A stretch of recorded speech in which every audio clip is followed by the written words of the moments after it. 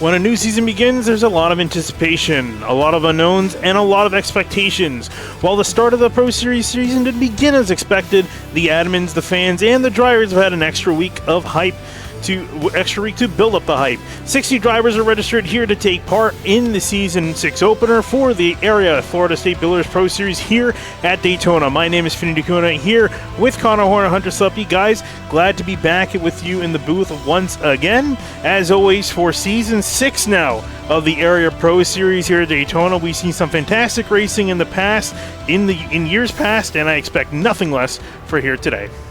Yeah, we definitely expect nothing less, and I think it's going to be incredibly more insane because we've had a week to kind of dwell on the fact that we had to at least push back this race a week further. I think that's going to make this an even more unpredictable race than we've ever seen here at Daytona in this Pro Series at this 2.5-mile racetrack in Daytona Beach. It's going to be a wild one. Everyone is hyped up and ready, but first, Hunter, we got to settle the 43 car field that's going to make the field. To my count, we have 10 drivers going home tonight at most. It's been wild the start we've had so far of so many DNQs in all three series, but this is the first time in the Pro Series we're going to see it this season. We have a lot of strong open cars as well.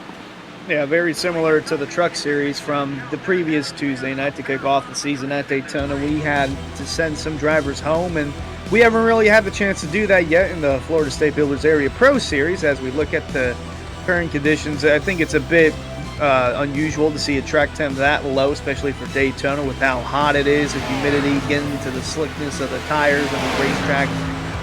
But yeah, it's going to be interesting seeing which open drivers are going to make it through. We've got a couple of big names here on this list, like looking at JT Poole. He had a pretty good season last year. He was a reserve driver for DWR. Tom Bourne as well. Looking at Ben Pierce, Justin Sogak. He won this race here not too long ago. And then we got some newcomers in the field like John Forbes Jr. or Ryan Nowicki making the jump from the trucks to the Pro Series. Got Trevor Williams as well, RJ Williams. Not sure if they're related, but nonetheless, going to be interesting to seeing how these guys are going to handle the 2.5-mile tundra of Daytona. Yeah, trying to find all the drivers you mentioned there on the list, but there's so many drivers out here that it's kind of hard to go through the list because I have to scroll down to just get to some of the names lower on down. Here's some familiar names that are running in a pack at the moment. Garrett Grant currently in the number 5 car. And in front of him, the number 26. I want to say I feel like I should know who's in that car, but I can't find them on my scoring at the moment. AT Poole, he's showing up there as the 35, so kind of like we saw on Tuesday night. His number is a little different. That's going to be something we see all night long. Green flag pit stops, if we get to them, that's going to be a troubling spot for a lot of drivers. Can't forget about Garrett Grant. He's third on timing sheet, most starts in area history. I believe to my count he has, I don't know, maybe 259 starts, somewhere around there. He's closing in on 300 very quickly. But one of the open drivers I'm going to be looking forward to is Logan Clampett joining us for the Area Pro Series. What a huge name he's going to be if he runs the races he runs. We'll see how many he runs, but I believe he's in the field tonight. He's going to be very, very fast tonight, and you would think he's going to be a front runner as we're a minute away from qualifying. Yeah, would expect to see some interesting strategy here, whether you're trying to get on pit road, because we saw a few times on the Cup side and the Truck side, drivers go in on their own. Sometimes they go in with other cars, but not with their teammates. And then sometimes it's all team orders, Vivian. So really it's a roll of the dice here as we're less than a minute away from qualifying. The only driver to win from the pole is Shane Tyrion back in Season 2. Other than that, the average winner is, or the average starting spot for the winner is 14th. And last year, Richard Thomas started all the way back in 39th and was able to lead just 6 laps, but he led the most important laps, Finian. Yeah, led the most important laps. That's going to be a big thing, too, is, being there where it counts. We've seen so many times, a lot of this race is getting into position, being there where it matters, when it matters most, right there at the end to make sure you can get the win. And the big thing, too, is just surviving this race, right? It's a matter of survival. So many cars out here. The aggression level is going to be high, especially with new drivers in the series. So a lot of things, you just kind of almost arguably out of your hands. Yeah, a lot of it is out of your hands, especially in this Xfinity Series car. In the Cup cars, you can kind of make runs from the rear of the field. Trucks in Xfinity, you can't really do that. If you're not in the front, like, 5 lanes or in the front 5 rows with, like, 10, 15 to go, you're probably not going to get to the front. When these lanes get 3 by 3 near the end of a race, it's not like Talladega where you maybe can make a 4th lane. There is no 4th lane. You have maybe 3 lanes. If anyone tries to make that 4th lane work, it's not going to happen. You're going to see a big crash. You need to be at the front after your last set of pit stops, or just in general stay up there for the rest of the race. That's why qualifying is going to be very, very important, because not only do these open drivers need to make the race, but everyone in the race, open drivers and charter drivers, they need to start up at the front and plan their strategy from there to make sure they have track position near the end of a race. If you don't have it, you're not going to finish up at the front as we get into qualifying. For the first time this season for the Pro Series, Justin Anasogak on track, the first one we see on track, at least in the number 88, 609 Motorsports reserve driver, but not on a team this season. He's one of our former winners here at this track. Yeah, not too much time for these guys to lollygag or wait for a cloud to pass over the track or the temperature to go down by half a degree. You got to go out and put out the time as soon as possible, because we went from 10 minutes to 5 minutes, and you know how long it takes to just get a warm-up lap here and then put down your lap time, your qualifying lap. So no time to waste, Finian. Yeah, no time to waste at all. You want to get out there and get a lap in. We saw in a couple of the other series drivers missing out on the lap because they waited too long to get going. Of course, only 1 lap for these drivers available. I don't think that's going to be too big of a problem for them here, but you want to make sure you get that lap in and make sure it counts, especially if you're an open driver. Especially for someone like Anasogak. Could you imagine a former winner going home possibly? Got to make sure there's only 1 lap as well. You can't run the top lap number 1. You got to get out of the pit exit is pretty important as well. You got to make sure you get out of pit lane off the apron as fast as you possibly can. Then you'll run maybe a groove and a half off the wall through 3 and 4. Cut it down in a tri-oval to get the best run out of a tri-oval possible. And then everything you got to do after that is just hold a pretty wheel, and you'll probably make the field at a fast time. Anasogak did that through 3 and 4. You'll also use the apron. Not out of bounds during qualifying. It will be out of bounds during the race, so drivers got to be aware of that as well. Anasogak crosses line 50.870 for now at the top of the board, but you'll see a bunch of times go in as well. We're already halfway through our allotted time for qualifying as he stays up on the board. And Jeremy Miller's up there, and like you mentioned, Connor, on the left side of the screen, names are going to flash up like a grenade in Vietnam. They're just going to be all over the place. Too much to keep track of, but you're going to keep track of this 30 car for Jeremy Miller, and had a pretty good run here a couple seasons ago at the Super Speedway races, so we'll see what his lap time is, if he can dethrone Justin Anasogak. 50.936 for the number 30 machine. Where does it throw him up on the board? Down in 20th, unfortunately. But, of course, has a charter, doesn't need to worry about making it into the show. The driver who's doesn't have to worry is Jake Nichols in the 73 teammate in this series with 609 Motorsports. To Jeremy Miller. He comes across the line. He's actually starting a lap, trying to see some other drivers out there. Colin Fambro, that's a name I haven't said in quite a while. He's in the 18 car. He's rolling out on the track. But, guys, it's going to be tight for him. It's going to be really close. He's coming out. He's down the back straightaway. I think he'll get a time down. Only get the 1 lap, so I think he'll be fine. Anyone getting on the track around now, they're going to be struggling for time. Anyone who's trying to roll out of pit lane now, they're going to be in trouble. Levi Hellman, I believe that's how you pronounce that. If wrong, I'm sorry. He's up to 4th. Jeff Wright, seems like, what is this, ORL again? But Jeff Wright's 3rd on the leaderboard, so a good lap for him. Alex Bell, I think, just finished his lap. Colin Fambro, now he's crossing the line. He has about 35 seconds to spare, so he should be all good to get this time in. Yeah, he's good to go. He's part of Powerhouse Racing, so his spot's already locked into the field. And just like that, Jake Nichols to the top of the charts with a minute remaining in qualifying. And he did it by a large margin. Yeah, what's it? Oh, it was. Yeah, 11 thousandths of a second. That's a pretty decent gap compared to everyone else, literally separated by thousandths of a second as we go further down the board. Oh, I think someone else just shot up there. Logan Clampett in the number 90. Sorry, looks as the 44 on the door is the 90 car. He comes across the line, looking at Colin Farrow to see where he is. He's coming out at turn 4. Oh, he actually beat it by a decent amount. You weren't kidding when he had a decent amount of time left in the number 18 car. He will go across the line. Where will he end up? That'll be the big question mark for the 18. Was down the order. 50.9 back in 36th for him. And there shouldn't be too many other drivers putting times down. Nathan jumped. This is a driver that cut it close. He's only going to have maybe 15 seconds when he does cross the line here, as I believe he is one of our open drivers, so he needs to put this time down. He's going to, let's see, 50.929. That is going to be only good enough for 28th, so we'll get the numbers once we go into warm-up, but that is going to be tight. That's going to be tight, and as it runs, that is all 52 drivers in the session. They have made it across the line, and qualifying will be over just like that. And it'll be Jake Nichols, Justin Munsell, Logan Clampett, Anna Sogak, and JT Poole. That'll be the top 5 going into the race. Yeah, and there's going to be an interesting top 5 as well, because it's a bunch of fast drivers. Obviously, you can't say anything else about Logan Clampett, Jake Nichols, and obviously Anna Sogak has won here. Justin Munsell always runs up front here, and JT Poole is very aggressive. It seems like it's very rare when you have a bunch of fast drivers qualify at the front at Daytona. Usually they make their way up to the front anyways, but we have a strong top 10 to start this field so far, as we're getting the numbers right now. We'll see who gets DNQ'd, and we'll see who doesn't, as we got a 10-minute warm-up, and we use most of it. But excited to see all the new names in this Pro Series, like a Jeff Wright, who we've seen be very dominant in other series. But we haven't seen him in the area quite yet, and he's always in his iconic, he just pretty much always runs Jimmy Johnson schemes. This league's no different. The best Jimmy Johnson schemes, the Lowe's ones. I never really was on board with the Ally Paint schemes. The Lowe's was just pure Jimmy Johnson, is like hand-in-hand, like Kyle Busch and M&M's, Jeff Gordon, DuPont, just never quite separated. These liveries look timeless to me. Certainly are, especially this one. Might be his most iconic Lowe's paint scheme, as he's going to the inside of the 98. 98 this season in the Pro Series is going to be...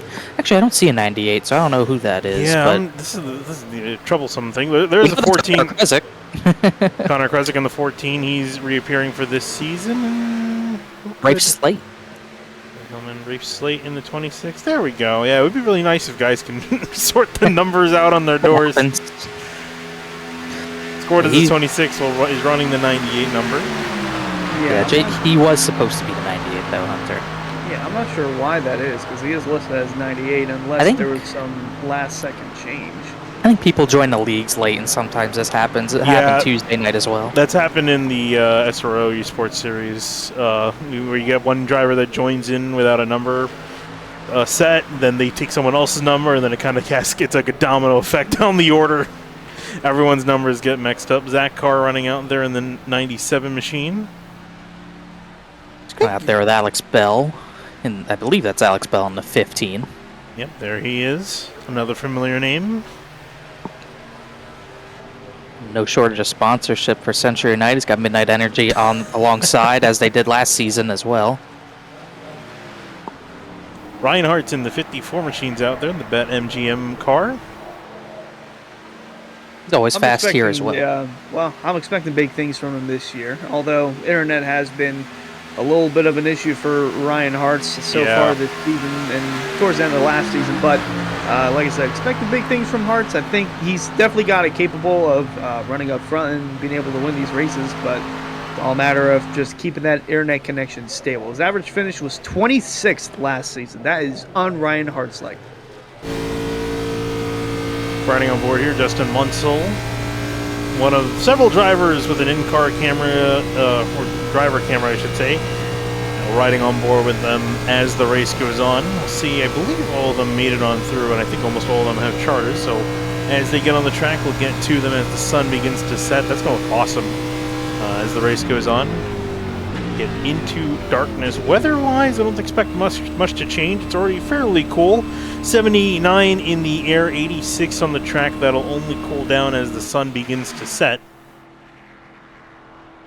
We do have our list of DNQs as well. So all our drivers going home. These are drivers not making it. John Forbes Jr., Nathan Jump is a big one to miss the field, as is Matthew Rodriguez in the 01, Timothy Stubblefield, Zach Wilson, Cedric Hunter did not make the field in the 70 car. That's a big blow. Ryan Nowicki, Trevor Williams, Spencer Brown, who I believe was full-time last season, and Julian Valadez. All those drivers missed the field tonight. Open drivers that did make it: Logan Clampett, Just Anna Sogak, JT Poole, Levi Heilman.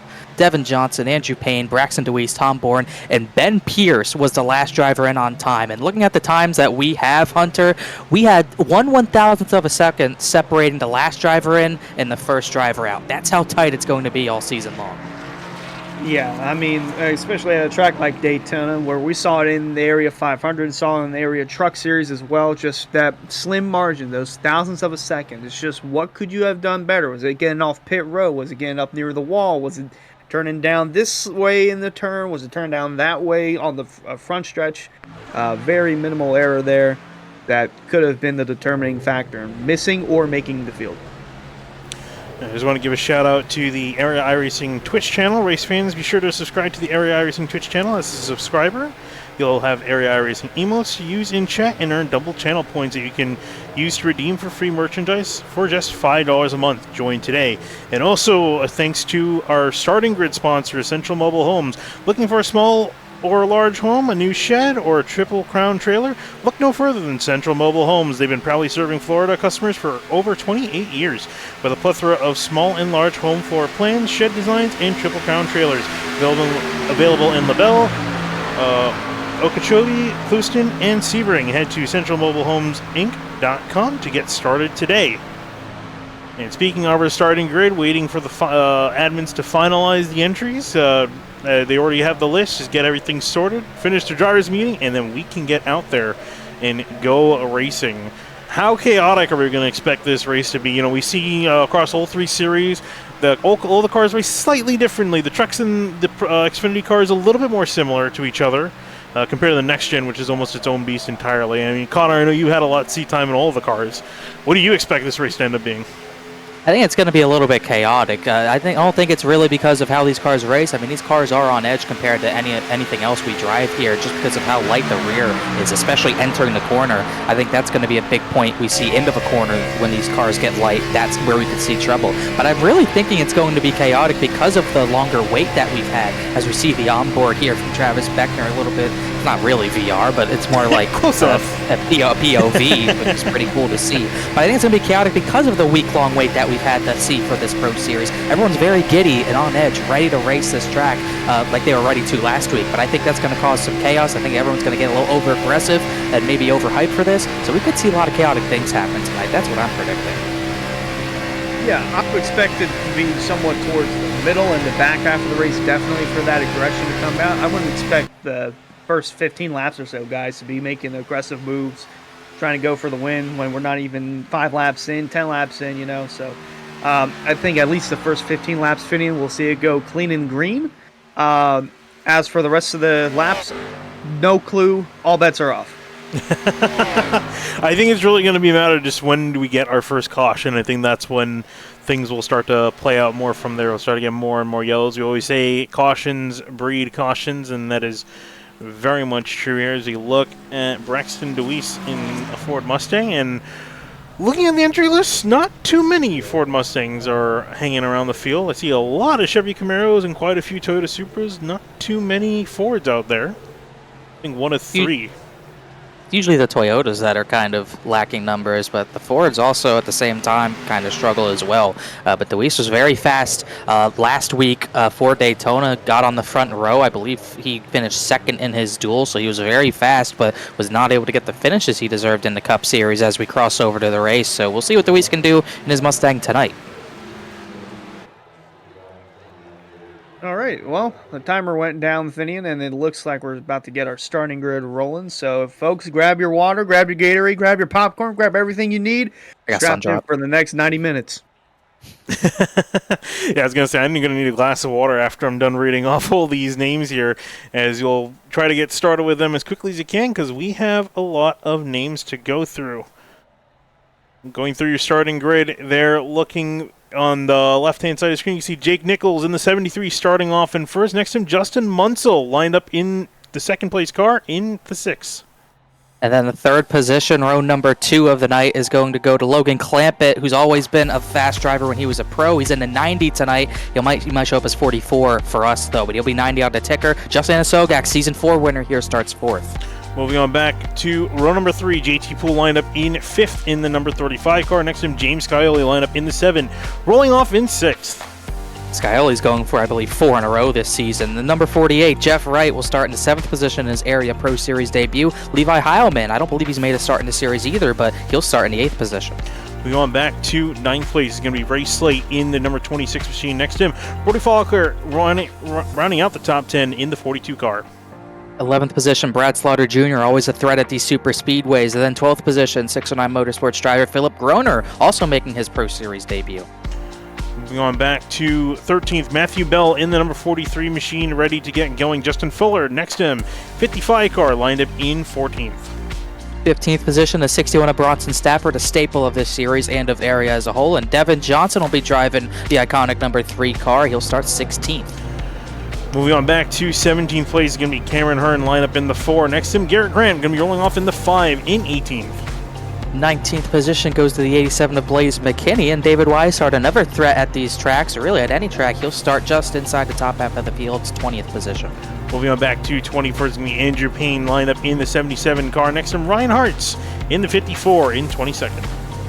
23rd position, Braxton DeWeese, who we were just talking about in one of those few Ford Mustangs in 23rd. Zachary Carr, another debut in the Pro Series for another driver. He starts 24th. Moving on back to 25th is going to be Ben Pierce, lined up in the 65 car. Next to him, Tom Bourne, lined up in the 26th position in the 16 car. And I believe this next row, these are the first 2 drivers that did not make the field, and you can see how pretty high up they qualified. Forbes Jr., Nathan Jump, neither driver making the field tonight. So the next row of cars that do make the field, I believe, would be who are showing 29th place is Jeremy Miller and then Casey Lakatos. Yeah, you got Travis Beckner there, lined up in 29th in the 27 machine. Alexander Brisson, 30th in the 38 car. And the next row is actually Jeremy Miller. And then I believe the next row would also be Casey Lakatos. So the order is a little bit mixed up because of the DNQs. It doesn't update, but you could see who's in and who's out, as we noted earlier. Yeah, Casey Lakatos, Zach Nichols, Joey Chapman, I believe, is in, if I'm not mistaken. Trey Edson, also a driver that will be in. Yes. Colin Fambro and Greg Mitchell, both of them making their way on through.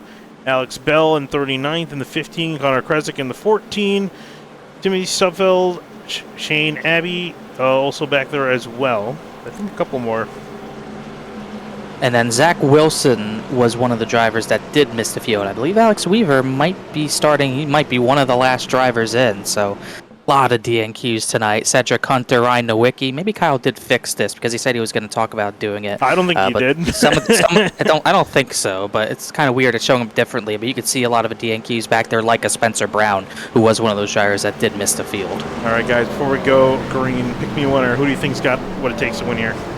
I'm going to pick first, and I'm going to go with, I think, JT Poole. I think he's got the aggression to win this one. So give me the 26, who is showing up as a 35. I got Poole. Skyly is my pick. Skyly's your pick. I'm going to go with Justin Anasogic in the 88. Well, we'll see whose pick's going to be right as we got 43 cars rolling to the start line, and we're getting ready to go. 95 laps on the clock, and we are green here at Daytona.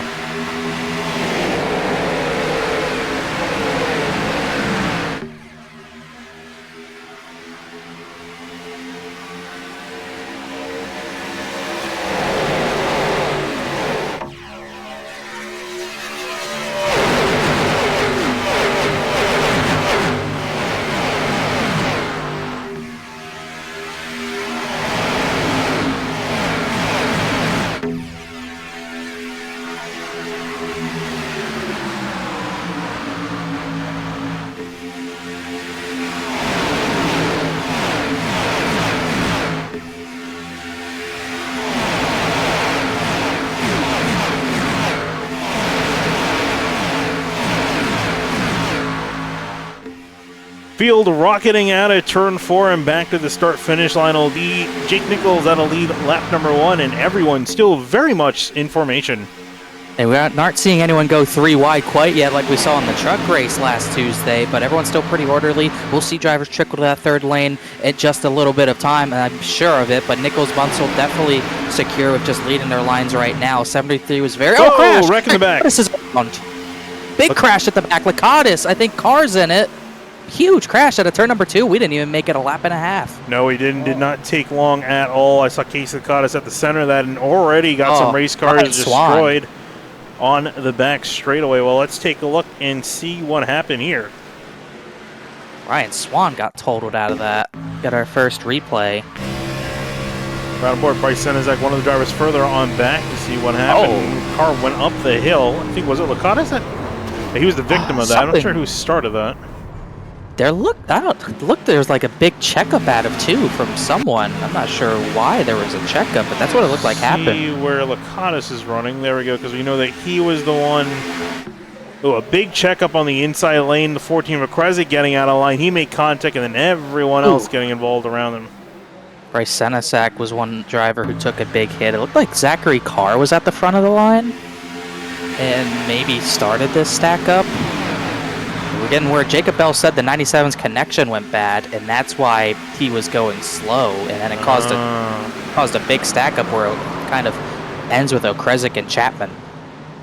I was just about to say, there was a separation in the packs already, which was a little bit unusual, and then Licata gets turned around from the checkup going on the inside. And remember what I said about feel like the first 15 laps are going to be clean and green? That's what we call a commentator's curse. At it again by yours truly. Yeah, you predicted it, unfortunately. Predicted it the wrong way there. He's right on board with Joey Chapman, his on board. Oof. Over him to go in the Coca-Cola machine. And he's going to have big damage as well. You could just see 97 car did drop out now, so definitely was having internet issues. It's almost like he probably didn't see anyone on his screen. It's almost like, I'm sure he wasn't lifting, so what I'm going to assume has happened is that he was full throttle and not getting drafted because there was no one around him, but the drivers behind him still saw him. So really weird scenario that can happen sometimes in iRacing, and unfortunately it destroyed a lot of fast cars early on, as all those drivers that were in the crash are going to pit. I don't think that one's getting back on track.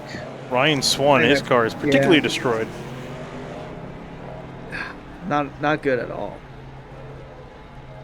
One of the first drivers to join the modified class, and unfortunately going to start early here, only just after lap 2. Shane Abbey getting repairs. That car looking in decent shape. Same thing with Connor O'Kresick. I think for a lot of these guys, they're just down there fixing minor damage. Should be able to get out there. Case Cottis, he took a decent hit, so he's still down there. A couple other drivers out rolling on the track. It looks like Zach Carr is retired, and because of that, we might be trying to join back after having internet issues.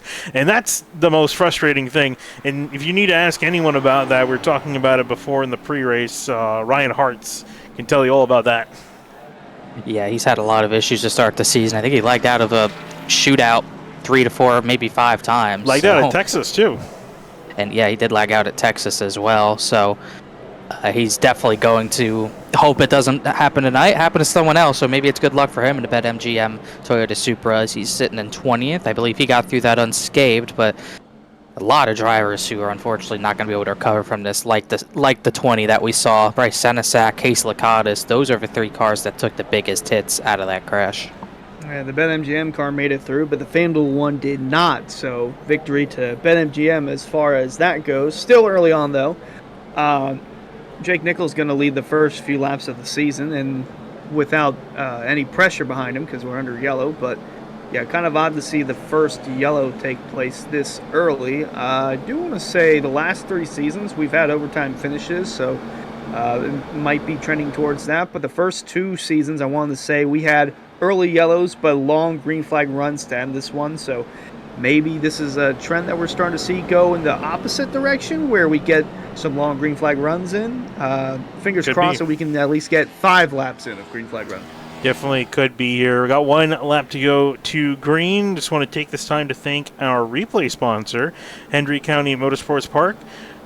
Racing returns to Hendry County Motorsports Park on September 7th, including 360 Top Gun wing splits, Crusoe lay models, factory stocks, and more. Tickets are $15 for adults with discounted prices for seniors, teens, and kids. Ages 5 and under are free. Come see racing at the southernmost dirt track in America, located in Clewiston, Florida, off U.S. Highway 27. Visit henryracing.com for more information on that. $15 for a night of racing, that is an awesome deal, especially in this economy. Let me tell you that. Yeah, I would say so, certainly, as we'll get the one to go.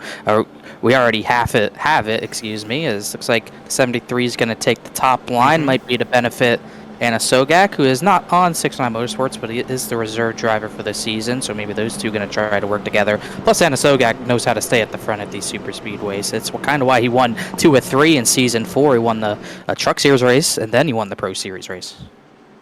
Yeah, and I think the first 4 rows or so, they look relatively the same. I think the only difference is that 5th row.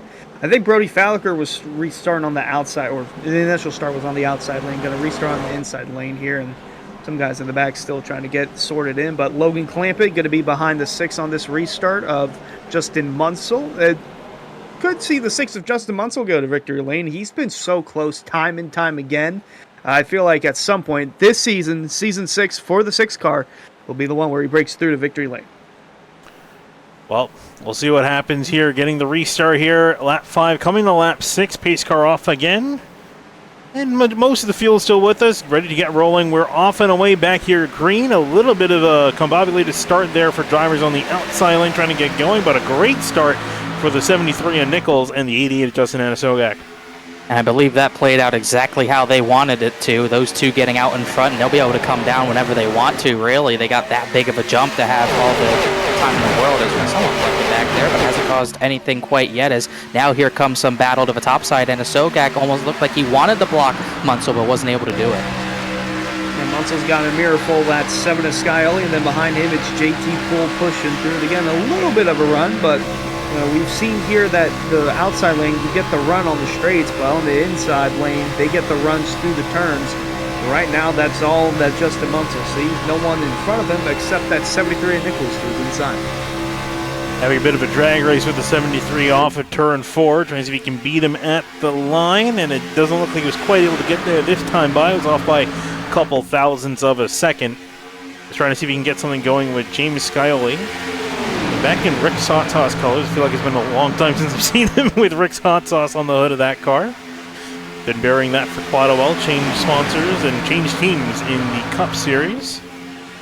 Still got the 7 running here in the Pro Series as the third lane is moving up on the top side. Matthew Bell leading the charge with the 98, which is not the 98.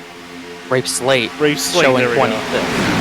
So that's kind of what we talked about. I think we were going to see this much earlier if we didn't have that caution, but instantly 4 or 5 guys after the restart jumping up there, trying to get track position and just trying to lead a lane and not be in the middle of everything. You got Bell up there, Slade up there. I believe that's Brad Slaughter, and maybe Ryan Swan, not Ryan Swan, the 54 who you were talking about, Ryan Hartz is up there as well. So a number of drivers trying to get to the front in a hurry, and they're going to hope to stay there. Yeah, not even 10 laps in. We got about 5 or 6 rows, maybe 7 to 3 wide action going deep throughout the field, heading into turn 2 and now down the backstretch. But it's still a deadlock as far as the front 3. Maybe a little bit of momentum on that outside lane for Bell. Munsell holding his own in the middle. Nichols on the bottom, heading into 3. Heading into turn 3 there. Look at that 3 beautiful rows of cars all lined to stern. This is the big question is, how long can they keep this formation, and will they may back out of it? Looks like that outside lane losing a little bit of steam that they had. And I see quite a few guys near the back of the field is kind of waiting it out. You see a whole bunch of stragglers back here. Honestly, this might be where I want to be at this point in the race. If you're not in the front 2-3 rows, I would say you probably just want to lay back like Ben Pierce is doing right now, who I believe was one of the last drivers in the field. Alex Bell just laying back, especially after that last crash.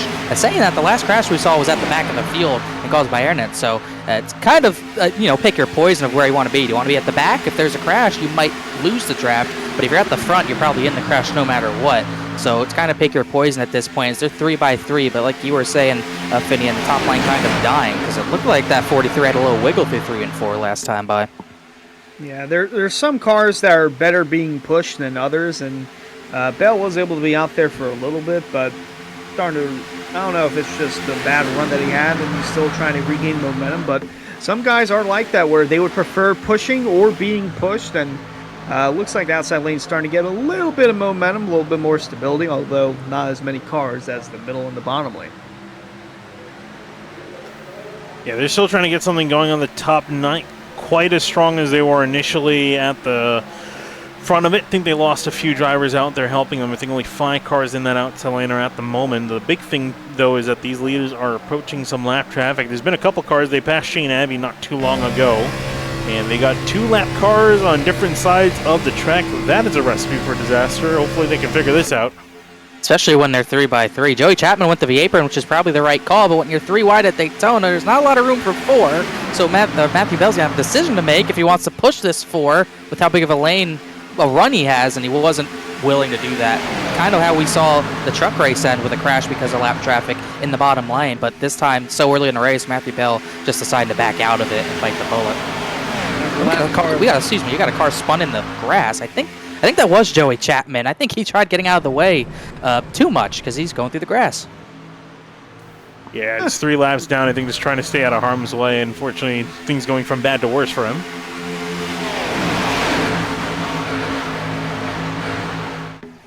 And Hunter with that's cause. It looks like that outside lane has come back, but with a new face near the front of it. Yeah, Matthew Bell faded towards the back. He's in that back part of the pack there. You see Travis Beckner up there starting to somewhat lead a charge on that outside lane, at least pushing. I believe that's David Weishart in the 33. No, it's Blaze McKinney in the 87. Weishart was to his inside, but they're 2-car tango going on that third lane. Yeah, I was going to say, typically you need, I would say, at least 4 cars to really get a lane going, but they're foregoing that completely, just going to the front. The thing is, can they keep that up? Because at some point, that engine's going to start running hot. You're going to need someone to come back from behind. See Cameron Hearn in the number 4. He's straggling back there. He was up top a little bit earlier. Now trying to come back up there to help him. It looks like Jeremy Miller's having some internet issues. Oh, the 69 Motorsports internet plan is not working as well, clearly, but it's definitely looking like we've seen this all the time. 2-car tandem can work in the truck and the Pro Series, but the problem with that is once you heat up your engine and you're high on oil temp, you're going to have to drop back unless the third car gets up there to push or a third driver gets in front of a lead driver. 2-car tandem doesn't last long enough. You really have the time to run right to make it work and get clear of the bottom 2 lanes to make that work. Otherwise, you'll just kind of stay back here like the 87 and 27 are. But as I say that, they get more help. Here comes Hearn. Here comes the 14 of Okrezik back as well. And now we got a lane of about 5 cars in that top third lane. A plane landing as we speak, but the outside lane has reformed slowly but surely, and always seems to find Cameron Hearn and Travis Beckner. They always seem to be near each other on the racetrack, no matter what place we go to. Could be Daytona, could be Atlanta, could be Homestead, could be a short track like Bristol. They always seem to find themselves near each other, and they're working together again. That third lane rolling into turn 1. Trying to get something moving, trying to get something going forward, but I haven't seen anyone really quite able to triumph that outside lane. Munsell has been down on the bottom for quite a while now. So was able to jump down there earlier on and kind of let the rest of the pack fade off, but could try to control both lanes. He's ahead of James Scarlett and trying to stay ahead of the 73 of Jake Nichols, and looks like, well, he jumped up in front of Scarlett, not going to be able to jump back down on Nichols. Nichols going to try to take the advantage and have his pseudo teammate, the 88 of Andy Sogat, give him a little bit of a push to the front. And it has been a little bit of a while since we've seen the 6 of Munsell in victory lane, I believe. But he's not really full time in all 3 series, so he has less opportunities to win. But he's always been fast at these super speedways. A little wiggle out of the 4 of Hearn there. He's always been fast. It's just a matter of time until he gets back to victory lane. I can remember back to Gateway 2 seasons ago when he came within inches of winning. He's still waiting on one more checkered flag. I think Beckner had a wiggle as well, something with that outside lane. They can get going for about a lap or 2 whenever there's more than the 4 cars there, but for some reason they get a little squirrely and sometimes they lose momentum, but right now everything is holding firm. Nichols on the bottom, Munsell on the middle now, and it's hard trying to control all 3 lanes. I think that's what Munsell was trying to do, and unfortunately it just didn't work out, and now he's in the sucker hole, but fortunately for him, he's got about 9 other drivers in that lane. Quite a few drivers still up here near the front of this pack as he'll race off into turns 1 and 2. Ooh, the outside driver is getting fairly close to the wall. How about Connor Okrezik? I see him up there, 4th car in that outside lane. Trying to find where on earth he is on the scoring. There we go. He's actually in P14, and he's had a wild day so far. Was near the back in 40th, all the way back up to 14th now, in a fairly short amount of time. And he was in that lap 1 or that lap 2 incident. He did get a decent bit of damage. I think you could see the left side door, the number is a little bit crinkled, but it's not really hurting his performance. He's able to stay in this 3rd lane pretty easily, even with the help of Rafe Sleep behind him, and subtly able to compete without a problem as Lakatos lets the fuel by on the apron. Jeremy Miller had a huge wiggle at the back of the line with a push, I think, from the 54, got him squarely. Yeah, the major let-off there from the 54. Take another look at this. We're going to look at the rear of Jeremy Miller, just see how much of a bump this was again sideways. I wonder if this was a stack up. Whoa, and you see the car, you can see the car, the camera go up, the car get picked up. Ooh, and I think I hear something going on live. That was, yeah, that Miller. If he didn't save that, that would have been maybe 10 cars at least, as looks like everything's somewhat calm, but even maybe 18 laps on the tires, we're starting to see these drivers get a lot more squirrely, Hunter. It's just kind of what we see out of the Xfinity car at these super speedways. They are not glued to the ground like a cup car might be. They get out of shape. Well, it's not just at Daytona as well. It's at every single track. It's just for some reason the tire wear seems to go way more on these Xfinity cars, and you can tell just from the corner exit. That's really where I'm starting to get a little bit nervous here. Turn 2, not so much. Turn 4, a lot, because especially if you're on that outside lane and you get squirrely, one wrong bump could create a big one for the rest of the field to encounter. Oh, 4 wide. Well, that's not going to work. There's Justin Munsell getting put in almost a sucker hole, if you will, there. 4 wide for a second. It looks like the 42, Brody Folliker, decided to be the nice guy and let him back in lane to avoid calamity. Yeah, I think the 6, Munsell was not pinching the bottom line to James Scioli's liking, and Scioli saw a huge gap to take, and he took it, and that put Munsell in a bad spot, but they got through it. You see right here, in this situation, you want to be pinching the line on the bottom. He wasn't doing that, and Scioli saw an opportunity and took it. I don't even think if he could check up, if he had the chance, I don't even think he could check up, because JT Poole is just shoving him, and we can see it right now. He's still pushing the 7 to the front, but that outside lane is starting to get a little bit more organized, and now you can see Blaze McKinney take the charge heading into turn 3. Ooh, 27 to Beckner looking a little bit loose for wear, and I think that unfortunately broke up the chain. They were looking really good compared to the middle lane. They were all hooked up on the outside. You saw how much ground they gained, but they got disconnected in turn 3, and that was enough to kill the charge. So they'll go back to formation, but that 87 still looking good. I gotta say, Blaze McKinney looking pretty strong in general. He's actually up quite a few spots. He's got the 97 is that car, 4 wide again. Hang on, guys. Hearn a wall. I think Hearn hit the wall. We saw that kind of caused a big one Tuesday night. He hit the apron. It looks like they're going to get through 1 and 2 cleanly that time, but that was incredibly tight. I'm kind of shocked they didn't go to the apron 5 laps down, but they got through it. Yeah, especially heading into turn 1 or into any of these turns. They must just stop sometimes, but heading into any of these turns, especially with a lap car that doesn't pull low, just you're asking for disaster. They somehow made 4 wide work, not once but twice, and not 1 corner, but 2 corners and 4 corners. They worked it in all 4 corners, Finian. Yeah, I was going to say, they've really been working it, trying to picking up lap cars here and there, drivers who've been repairing their damage. There's only a couple of stragglers left. There's this little 3-car pack here. Shane Abbey, Joey Chapman, and I want to say Ryan Swan there as well. And Casey Licata is all by his lonesome, but he's about to be inherited by that last group. Or maybe not, because that damage is still very severe on the number 50. Yeah, and all 3 of these drivers are multiple laps down, and the 50s is so severe he won't be able to hold the draft until he can repair that. As up at the front, JT Poole gets back to the middle, or stays in the middle. He took the push from Blaze McKinney and then got back in front of the 7 of Scioli, as he's going to be the one to battle Nichols, who has been very content with being on the bottom line and not switching lanes, as the 3rd lane got squirrely yet again.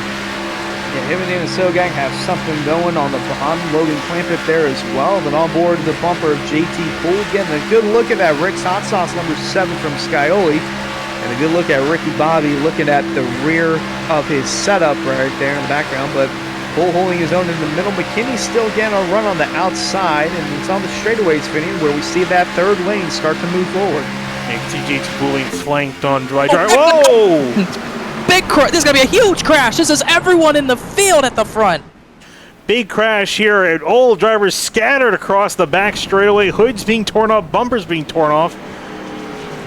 As the 2nd wreck of the night, and a big one of that comes out on lap 22. That's the huge one at Daytona. I mean, what were you saying about when Beckner and Hearn are together? Well, they always seem to find each other. To find out who was at the epicenter of that, but look at this. Cars everywhere. don't know how many big hits there were. Look like Blaze McKinney had a big hit. Rafe Slate with the hood popping up. Looks like Philip Groner got through it, but it started with, and JT Poole got a decent bit of right rear damage. It started with Beckner at the top lane getting turned. And it looked like Hearn just gave him a bad bump. Oh, what are the odds Jake Nichols is the... Oh, look at Brody Falker got through it as well. What are the odds Jake Nichols the last one at the front to clear it? I was about to say, they just had a domino effect that somehow just didn't get Jake Nichols. But watch right here. You'll see it's kind of starting to stack up. And right here, Hearn goes to the right rear, just pushes incorrectly, not centered. That's all it takes to turn these Xfinity cars. And Hearn almost got through it, but he got sandwiched between the 77 and 87.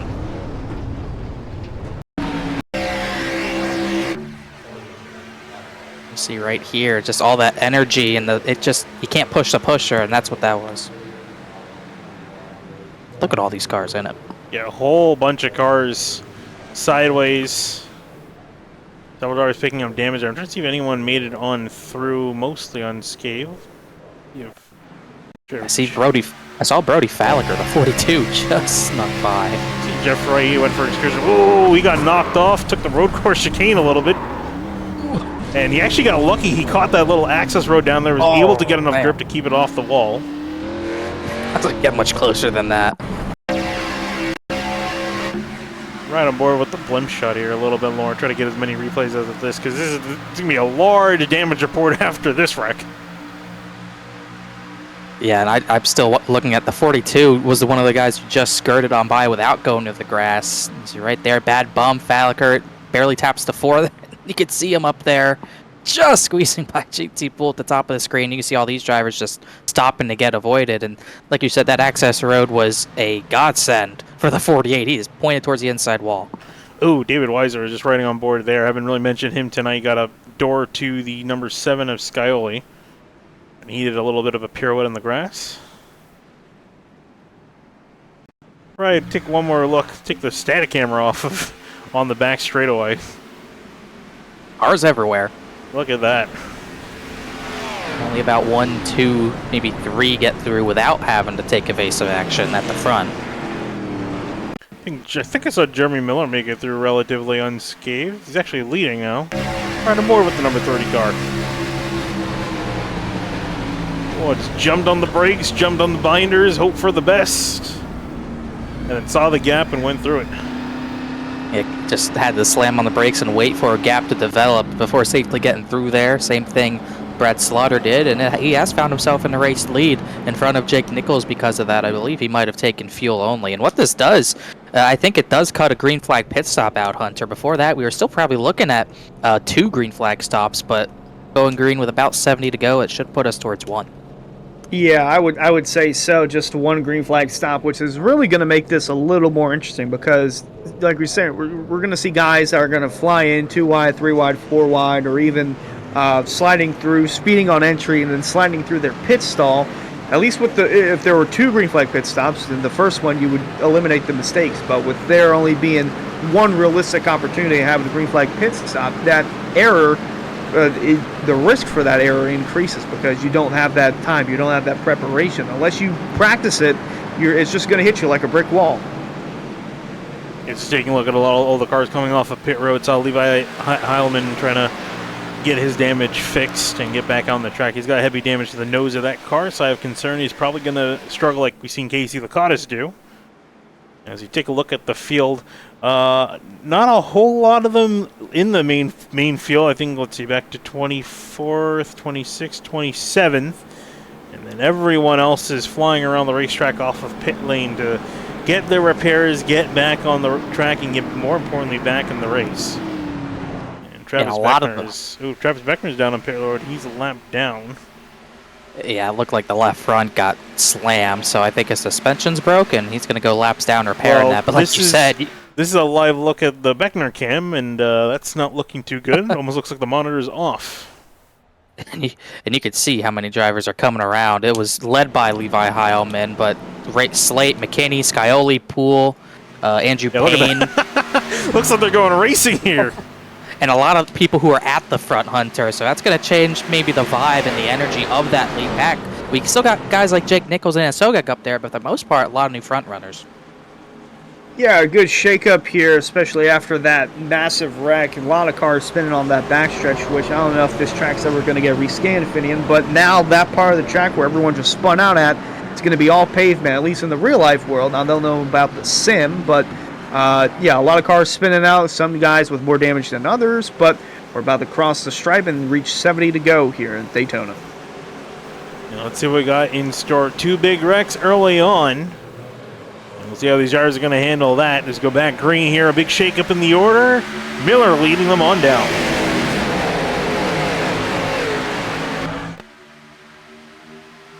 You thought maybe Nichols and Miller would work together to get them both to the bottom, but maybe they just both want to try to lead the bottom and middle lanes, as Anna Sogak will help the 73. It's Logan Clampett on the bumper of Jeremy Miller with another 609 teammate Philip Groner at the third in line on the bottom.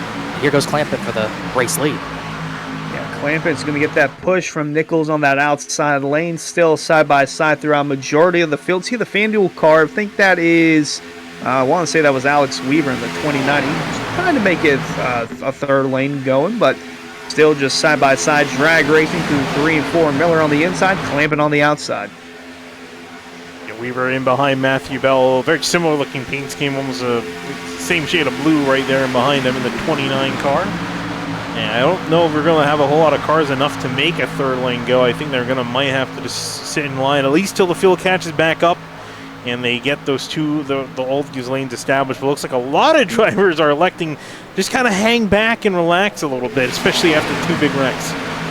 Say that, but they are 2x2 at the very back of that line. Some lap cars like Zachary Carr, but also JT Poole, Andrew Payne. A lot of those guys who got damage in the last crash are going to have to work very hard to stay with the lead pack with all the damage they have. Not all of them got it fully repaired. I see a bunch of damage to the front fenders of that 6 still. So the inside lane starting to get a couple more cars out now to where Philip Groner can make the move to the outside. Oh, and that's a massive sideways slam there from the 42 Brody Falliker. Keeping that car straight. Groner is going to lead the lap, and Miller on the way back, trying to get the inside lane regrouped, heading into 1. Whoa! Oh, man. How about that? That was a move from Logan Clampett trying to get to the inside of the 11, making a move into turn 1. Elevator move, and it's going to work out ahead of Jeremy Miller.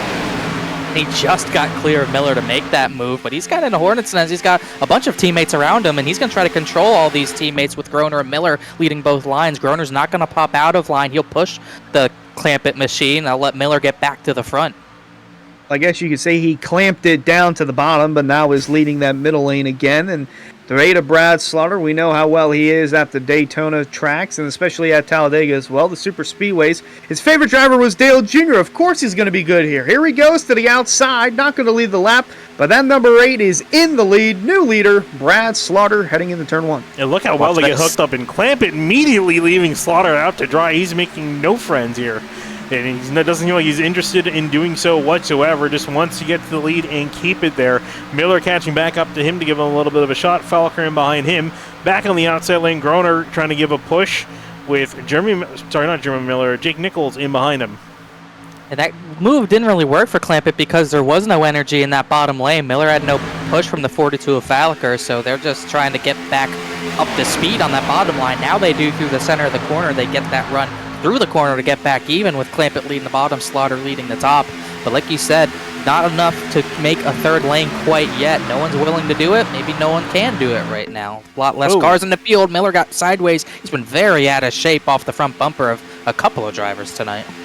Yeah, that one was Brody Falliker in the 42 behind, giving him that shove, trying to get the inside lane, all the momentum it needs rolling into the turn, and now Clampett, the leader, he can go up and block that outside lane if he wants to, but he's keeping that number 90 on the bottom.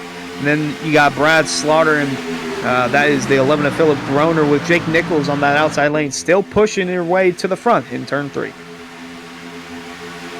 Pushing his way to the front in behind teammate Philip Groner, who we've seen has got quite a bit of speed in that 11 car, at least in the Cup Series, where he's in open car racing his way in every single week. So far, so good for him in the 11. And just trying to see what he can do here with the Pro Series cars. Got fellow teammates around him. And I think for the most part, he's doing pretty good. It seems like any car that gets in front of him, he's able to give enough of a push to keep them competitive and up there. As they pass a lap car. I don't even know whose cars it is. It's Levi Howman. He's struggling to make minimum. I'm not surprised. He got heavy damage to that car. Yeah, that car is completely torn up on the front end. And you'll worry about passing cars like that at the end of the race if you're 3x3, and you would hope at the end of the race they will get out of the way fully, but they were 2x2, so he had plenty of room in the top lane, but he's going to try to ride around and make up any points possible today, as stay 2x2 at the front as he loses a draft. Still looking for anyone to test that third lane out. Nothing quite yet. Yeah, he was one of the open cars that made the field and qualified up front relatively well. Unfortunate that's how his night turned out, but you got to make the most of what you can, and hopefully he can make minimum speed and stay in this race. Meanwhile, it's still a race up front for the lead. Clamping on the inside, Slaughter on the outside. Expect that outside lane to get a run. Just the nose in front of Clampett is the Ada Slaughter, and looks like they're catching more lap traffic getting into turn 3, Finian. Yeah, more lap traffic ahead. I'm trying to see who that is. I think it's Casey Lacatas, and he's in a very similar, he's in the modified division with Howman, and I think Howman's actually pulled off and try to fix up that car more. I'm not sure if he's fixing it up or going to retire. Lacatas going to pull down and let the field on by. Doesn't want to ruin anyone else's race. Just wants to get out there and pass all the cars that have retired, which is not many, actually. Only one retirement so far. That's Cameron Hearn. Every other car is still running in this race with varying levels of damage.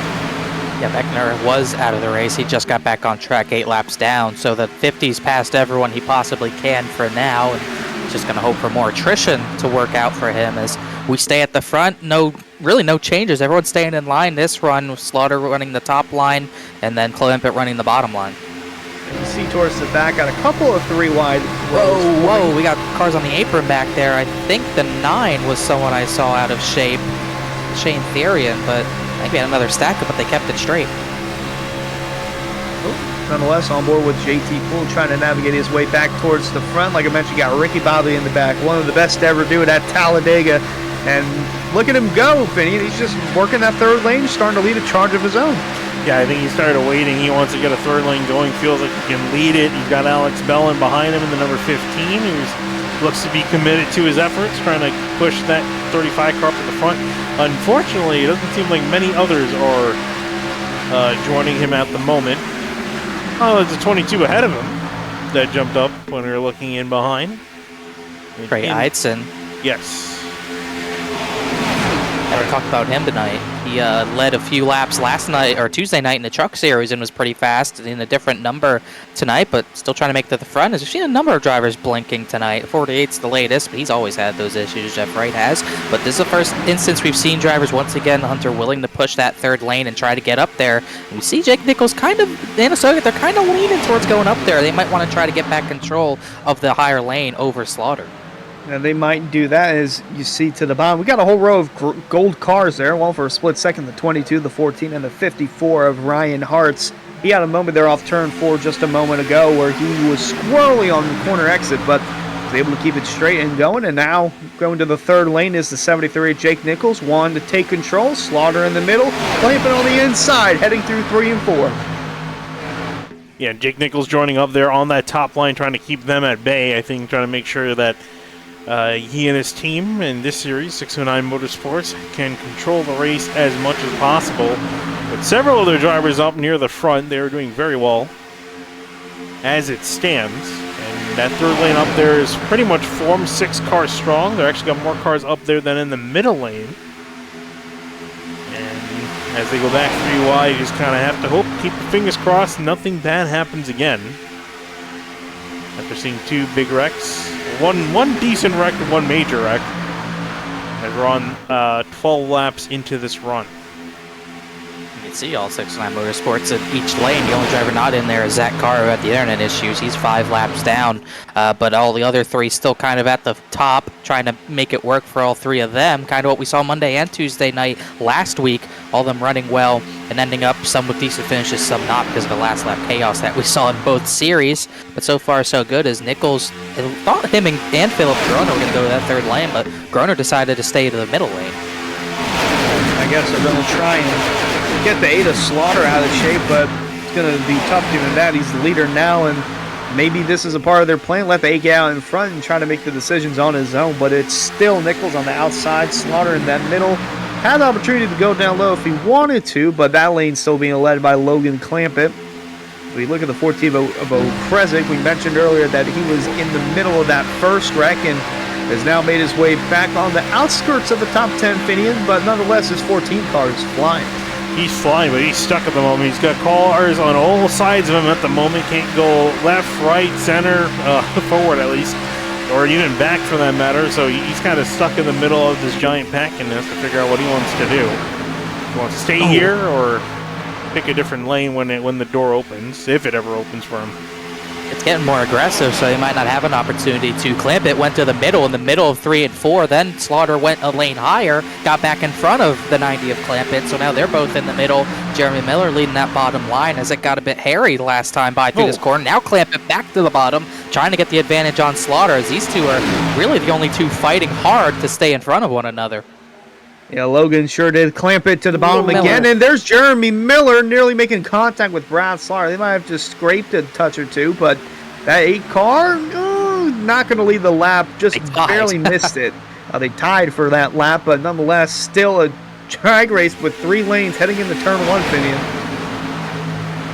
Take a look and actually see how many laps. Not that it really matters, especially at a track like this, but take a look and see the lap leaders. 19 laps led by Jake Nichols, 3 by Slaughter, 4 by Clampett, 1 by Groner, 5 by Miller, and there might be, and I think that's about it. How many other drivers have gone up there and tasted the lead? It seems. I thought for a second Miller was going to try to get in front of Slaughter, go for the lead, but came inches from clearing the 8, wasn't able to do it, but now Clampett, we'll see what decision he wants to make. You kind of want to lead the bottom at all costs, especially as we'll inch toward a pit stop probably in the next 20, 30 laps. So you don't want to get too far away from that bottom lane, but you do want to keep control of the race at all costs either way, as it looks like, it looked like Nichols wanted to get to the middle and almost hit his teammate Groner. Yeah, interesting times there for that outside lane. Only 3 cars now, with Nichols being the leader of that, and some squirrely movement going on back there with guys that are about a second or so behind. Not sure who that is, but they are. Someone's on the apron. 97? Who is that? World? That is John Furness in the 28. There we go. I haven't mentioned his name. Yeah, he was swerving. Yeah, he was swerving on the back straightaway like he was just trying to defend everything. He didn't want anyone getting past. I'm assuming he might have had some issue, a hardware issue, that caused him to swerve out of control that radically. But for now, it looks like that car is recollected. Number 20 machine. That was almost a bad place for your car to have some hardware issues. Yeah. This end of a corner, you don't want to enter on the apron. That's maybe rule number 1 of Daytona. Oh, Kresick is slow. Kresick's slow. I'm not sure what happened there, but he just, I don't know if he backed out of this main pack or not, but he has a lot of left side damage that he did not have. Oh, is that netcode or? Netcode or a hardware issue or something. There was so much space between him and the car that was inside. He's fine now. I gotta believe that seemed like netcode, yeah. That was really weird. There's some odd things going on. When you have a delayed race, weird things can happen. That's what I'm taking out of this. That was the 98 of Rafe Slate. That was to his inside, and there was plenty of gap between the two. So not sure what went wrong there, if that was on Okresik's end or if that was on Rafe Slate's end, but nonetheless, it's more damage for the 14 car. Going to try and navigate through this one until the next pit stop, and there's a lap car pulling to the side, Finian, and it's a modified Casey Lacatas. He's pulling to the side, and also pulling to the side out of lane is the 11 of Philip Groner, and he's trying to join up with his teammate on the outside to help him make it to the front. Trying to get past Brad Slaughter, but Slaughter leaving the middle lane, and of course Clampett still stuck on the bottom, controlling that lane on the bottom there. But there's quite a few people that have kind of, either on purpose or not, have backed off this leading pack and left a little bit of separation, it seems. Yeah, this is a little weird. I mean, we did see the one crash, but it is a little odd. Anna Sogak's going to go for the race lead on the bottom line, but we are starting to see a main pack of about 12 cars battling for the lead, and then pretty much 13th on back. Jeff Wright on back, just kind of laying off, just waiting for this battle to either go poorly or end and not get this crazy. But it is odd to see all these drivers laying back. You can see the gap to 48's leaving, and an even bigger gap from the 48 to the driver behind him. Yeah, this is very odd to see the first 12 cars or so just all racing, and then everyone else just spaced out, single file, some side-by-side in between. But Yeah, nothing else there, but it's the pair of Dales up front and the Dale Jr. fans of Jose Anasogak, Brad Slaughter, and the only 2 numbers he ran in the Cup Series. Go figure. But Logan Clampett's behind the 88, pushing him through the turn. Rafe Slate has now jumped to the bumper of Brad Slaughter through 1 and 2 as the outside lane starts to fade away, Finian. Yeah, they have faded away. The 22 of Edson has backed off. He was one of the last few drivers on that outside lane. Now it's just Groner and Nichols up there. And it looks, as I say that, the 22 joins back up there. It looks like that charge will resume once again, and you can throw Alex Weaver in the 29. He's also trying to join up there to give them a little bit of a shove in the right direction. So the lanes are stacking back up again, and they'll continue on again as we're now 20 laps into the run. Run halfway through the fuel mileage, and I guess now is really when you want to start thinking, when do we want to make a stop? Because these guys effectively are going to be able to make it a one-more stop, if I'm not mistaken.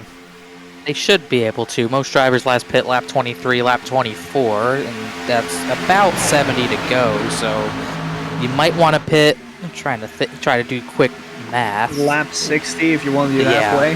Somewhere about that if you want to cut the halfway. But we've seen in years past and seasons past that there'll be drivers. You might see drivers get the fuel real close and run it out, and then pit for fuel at the very end, or you'll see drivers do the opposite of that, pit right when the fuel window opens and try to get formed up early to gain track position on the drivers who go late. So we might see all 3 of those strategies. You might see drivers go long, go short, or you might see drivers, like you said, Hunter, just go smack dab in the middle at lap 60. Yeah, the only problem with pitting right as the fuel window is opening is the opportunity for overtime is always there. And like I mentioned earlier in the broadcast, the last 3 races here, we've seen overtime finishes. So if you're going to cut it that close to the fuel, you might as well just save or wait until pitting another 5 laps or so. Then you might be good to go. But pitting right at the beginning of the window might not be the best idea. But nonetheless, Finian's still 3 wide, and these guys have to get single file at some point in order to get down pit road. Yeah, it doesn't look like that time is going to be anytime soon. Maybe give them another 10 laps, and they'll reconsider once they start thinking about pitting. Now they're just more worried about lap sled and track position. As we start to head further and further into the evening, it's just past 8 p.m. in the sim. The track temp has gone down a couple degrees, and it's going to potentially go down a little bit more once the sun officially sets. Still haven't had the lights come on, as there's barely a bit of daylight still hanging about over the track, starting to get much later for these drivers. Track is going to cool, and you can argue that's, a little bit easier for these drivers grip-wise. Seen a couple drivers sliding around, especially getting close to that apron. As you continue on now, lap 47 heading to 48. It's kind of, to my recollection, calling these Pro Series races, it's not usually a time of day this series races at Daytona. Usually we race in the daylight, and it really only gets a little bit dark by the end of the race. And we pretty much started at that point as Ryan Hartz gets a little squirrely. Looks like Jake Nichols had to drop back there, and the 22 gives him room as, that's why they had to do it. Levi Heilman got back on track, but still going to run that 3rd lane. So Nichols bails out. Hartz had to take evasive action for that, but it was like I was talking about, it's a much different time of day than we're used to racing in these pro cars. Here's another look at this save from the 54 of Ryan Hartz. He was on the bottom there, and see that outside lane just start to shimmer. Actually, it was the 26 of JT Poole who actually had a little shimmy into the 54.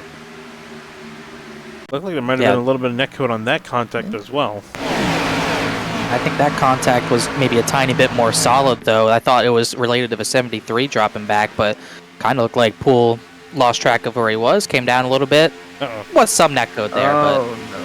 Got cars blinking in and out, too. That's the 11 of Philip Groner, and Connor, I'm pretty sure you've seen this you've seen this a time or two where you're riding behind someone, especially at a super speedway like Daytona. The car just goes blinking in and out. How distracting is that, especially when you're in these packs going 190 miles an hour? It sucks. It really does, because especially if you're in the middle of the pack, it's a little bit better when it's 2x2. You probably have room to evade, but if you're 3x3 and you're stuck in your lane and you're behind someone that won't stop blinking, it's the worst thing in the world, because you can't really take their position, get aggressive with them, because you'll probably wreck them with them blinking and run into them. But they keep blinking, that's ruining your lane's run through the corner and down the back or front straightaway, and it really affects the way you can make moves if you got someone blinking in front of you nonstop. It is one of the worst things in the world, especially at a super speedway. I can't stress that enough. It's really, really tough. Yeah, Andrew Payne, he was trying to get up there and make a third lane. It doesn't seem like drivers are interested in the third lane at the moment. Everyone's kind of falling back to too wide, and I think they're feeling that there's not much more point going this aggressive, especially as pit stops are lurking on the horizon. So I think everyone's trying to play it a little bit more patient. As I say that, I see Jake Nichols pulling out a line, trying to make something happen. He's going to go side by side with the 35 of JT Poole and Miller on the bottom of the 30. And they're still trying to get that track position before their stops, but not able to do it quite yet. And it is kind of crazy how many cars are staying out of this lead line, because it's not like it's a small pack. They're still, from this battle for the lead with Anna Sogak and Brad Slaughter, it's all the way back to 40th place Ryan Swan. That's how big this pack is, separated by around 4 seconds from first to 34th. And obviously we got about 6 lap cars in here as well. So that's about 30 cars just staying completely out of this battle. Yeah, there's the last one in this pack, Ryan Swan, and honestly, that's the safest place for me, although he's got some damage involved in a wreck 7 laps down, but nonetheless, where he's out on the track, Finian, that's where I would be. I'm pretty sure that's where you would be too, away from all the action. I can just mind my own business, and not only that, but if there's a wreck, you don't have to worry about getting rear-ended from behind. Yeah, I think, and speaking of which, some drivers coming down for pit stops. Of course, they're a bit off sequence because they're a couple laps down, both of these drivers. Oh, gosh!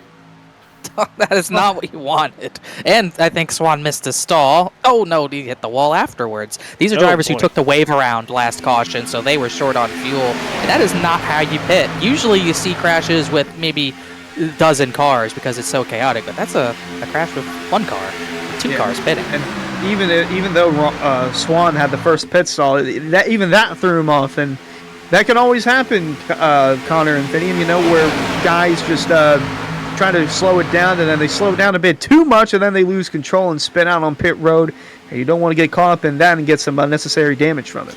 Yeah, it gets a little bit tricky, especially when you start to be, because he qualified in 40th, and that's the thing you have to kind of remember in your head. You're like, all right, I qualified around midfield towards the back, and you kind of want to get in your head, all right, my pit stall should be around there, because these drivers should have already seen pit lane at least once, but you really should have an idea where your pit stall is, especially if you're near the beginning of pit road, because you have to immediately pull off to the left and get ready to get into your pit stall.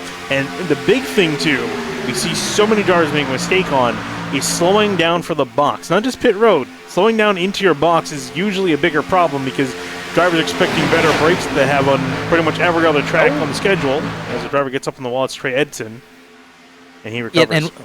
And one problem with these tracks, most of them have 40 stalls nowadays. We've run 43 in total in area.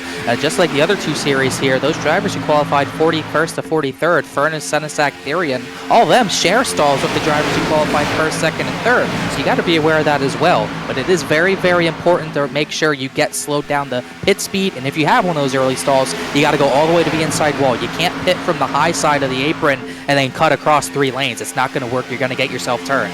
And another big important part of it, you don't want to pit with too big of a pack. That's what we have seen cause so many issues in seasons past, and including we saw it last week as well. You got to be ready to pit with maybe 4 or 5 guys. That's about the sweet spot, and it's especially good if you're in a team of 4 or maybe 5 with an open driver involved. That's really the sweet spot. You don't want to pit with too big of a pack.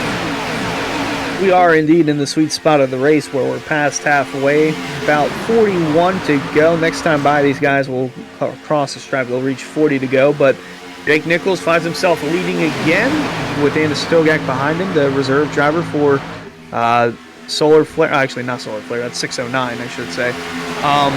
Just Anna Stogak there pushing, and then Brad Slaughter leading that outside lane. It's been really those 3. Logan Clampett as well. Rafe Slate's been up here. Philip Groner, Jeremy Miller, all these guys, they've been in the same spots for about the last 10 or 15 laps, Finian, and I feel like that's about to change in the next coming laps. If we stay green, could see some green flag pit stops, change things up. Oh, definitely it's going to about to change up. Also want to take this time to thank Elite Entertainment. Add some life to the party this summer with Elite Entertainment, located in Boiling Springs, South Carolina. Elite Entertainment provides high-quality band production to entertain any location, including karaoke, singo, music bingo, and more. Visit Linktree.ee/Elite Entertainment LLC for all contact information. As I thought I saw some drivers come to pit lane. I saw my ticker light up like a Christmas tree there for a second. Saw Zachary Carr pit. He's another one of those guys who took the wave. He came out of pit lane, but really no one else has come down. But we are, I believe, in that fuel window. We're just under 40 laps to go, and these Xfinity tanks, it's a little bit of a close call, but you should be able to make it from here, and we'll see if anyone wants to risk it and take the short route. Starting to see now some more drivers jump up to that third lane. I think that's Fuller in the 55 trying to go alongside the 77 of Andrew Payne. And another car going with him. That's Eidson in the 22. And then I think that is that Garrett Grant? Levi no, that's Bauman. the 99. Bauman, yep. Yeah. 16 laps down. Probably trying to get up there, maybe help whatever teammates he has. I'm sure he's just happy that he finally has his car repaired and he can at least run with the pack. Damage was so bad before, he's missing the nose of his car, but finally has the damage to at least have some sort of fun here. Although you can argue it's not that much fun when you're 16 laps down in 41st. No, definitely not. You're just hoping you get even more attrition, but if we get wrecks late in the race, it's going to be hard to pick up those positions when he is that many laps. Speaking of a huge wreck! Oh my gosh. gosh. In the fence. Oh, and another massive wreck off of turn 4. Brad Slaughter's car is destroyed, and the caution flag will wave once again here. Slaughter and Nichols were leading their two lines as well. But when it rains, it pours. Take a look and late. see what happened there. Oh, let's start at the beginning. Justin and Sogak got turned around. Yeah, and Rafe Slate was one of the driver we saw at the netcode to... did he get netcoded? I don't remember. I think he was the one who was on the middle and netcoded someone, but we'll see on the replay. He's on the right rear of Anna Sogak. That one doesn't look like netcode to me. It looks like just kind of got squirrely, and then look at him go through the fence. Don't forget about green flag pit stops now, because everyone's going to be making their stops under this caution break. Honestly, who was it that he made? Was it Ray Slade or something? Right. Anna Sogak and Rafe Slate. Cut the tail end of that, trying a little bit further back to see how that contact looked. Right there. Just came down at a bad time. And once again, same exact thing. Jake Nichols is the last driver at the front through, but really big mistake to make. Obviously didn't mean it, but it seemed like he and the 88 and the 8 all got the worst of it there, but so many drivers with more big damage. Jeremy Miller looked like he made it through there relatively unscathed. Oh, and Philip Kroner, they almost hit each other, but yeah, you can see the chaos in behind. Brody Falliker also got through, so big pickup on positions for him as well. So a lot of drivers were able to get through, but I think even more got rather unlucky in that one. Well, I did say, this race is going to be a matter of making it to the end. And unfortunately for quite a few drivers, that is not the case. And a lot of them are out or with some heavy damage. I'll race off pit lane. Logan Clamp, it looks like he's going to win that one. Jake Nichols, John Furness, Philip Groner. Sorry, not John Furness. Looked like he was ahead there for a second. But Philip Groner will inherit third. Jeremy Miller, and then Zach Nichols in the 44. I haven't mentioned him all night long. He's started from a ways back, now up in 5th. And like you guys said, this is definitely the time when all these drivers are this is the time when all these drivers are pretty much going to be good to go for the rest of the race on fuel. Even at this point, it still might be a tiny bit close for green-white checkers, but even with this yellow alone, you would think these drivers will have enough to save for at least 1 or 2, but you don't have only 1 anymore this season. We have 3 at our disposal. I think the first time we used 1 this season was Monday night at Texas, so we'll see if that becomes a factor on fuel if we get into that green-white checkered scenario, but we would hope it's not the case. It looks like Logan Clampett cycled to the lead, where he's kind of been most of the night battling for it. Then Nichols, Groner, Miller, and Zach Nichols, the top 5. So you got 3 609 Motorsports drivers still up there. Oh. Yeah, blinking in and out. Another one. Well, better for this to happen under yellow than 190 mile an hour in the middle of the pack, especially if you're Logan Clampett. He's been up front majority of the night. So is Jake Nichols, Philip Groner's there as well. Jeremy Miller also. And then you mentioned it, Zach Nichols inside that top 5. The long-lost Nichols brother of Jake and Tyler, I'm presuming, and I don't think that's accurate, but I like to speculate nonetheless. But yeah, solid run for him. Haven't talked about him too much though, but it's been a solid debut so far for Zach. Yeah, not too far behind them. Brody Folliker in the 42. He's been fairly quiet. Just around the outside of the top 10. Then we got Alex Weaver. He's been hanging out near the front. Jeff Wright's been able to make it through a majority of the wrecks. Was almost taken out in that second wreck. Avoided the inside wall. Bronson Stafford haven't really mentioned the 61 all race, and you can argue for better or for worse. Sitting in 9th place, and Alex Bell will round out the top 10. Also haven't talked about that 38 of Alex Bryson, which 38 car's been clean pretty much the entire race, and the gradient on the side of that Camaro. So another driver who this is one wreck more so than the second caution of the race. This one's put even more players in the top 20, like DeWeese, like Devin Johnson. Garrett Grant's up into the about 11th position. Colin Fambro's up to 14th. Ben Pierce top 15 as well. So plenty more drivers at the front, and it's an important time to get yourself to the front of the field as well, because this is go time. You're not waiting on another green flag pit stop. You're getting to the front as soon as possible. Yeah, there's very little time to waste as, again, Tom Bourne starts to blink in and out as we're going to be 35 laps left in this race, Finian, and it's already been a doozy. You've had two big wrecks, had a wreck on the first couple of laps, and still have all the front runners here left in the going. But how much longer? Only time will tell. There you see the race analysis on the bottom. Already 31 lead changes, 51 green flag laps, and did mention the 3 yellows for incident. I'm ready to get strapped back in and ready to go rolling. Yeah, we'll see. We got a plane taking off in the background as these drivers are getting ready to take off here. Just about 35 laps left to go in this race. And we'll see, is it going to be green till the end, or do we have a couple cautions left in store to slow down the pace? We'll see. These drivers are fueled up to go to the end. We'll see if it'll last. Clampett leading them on down. And the green flag will fly once more again here at Daytona.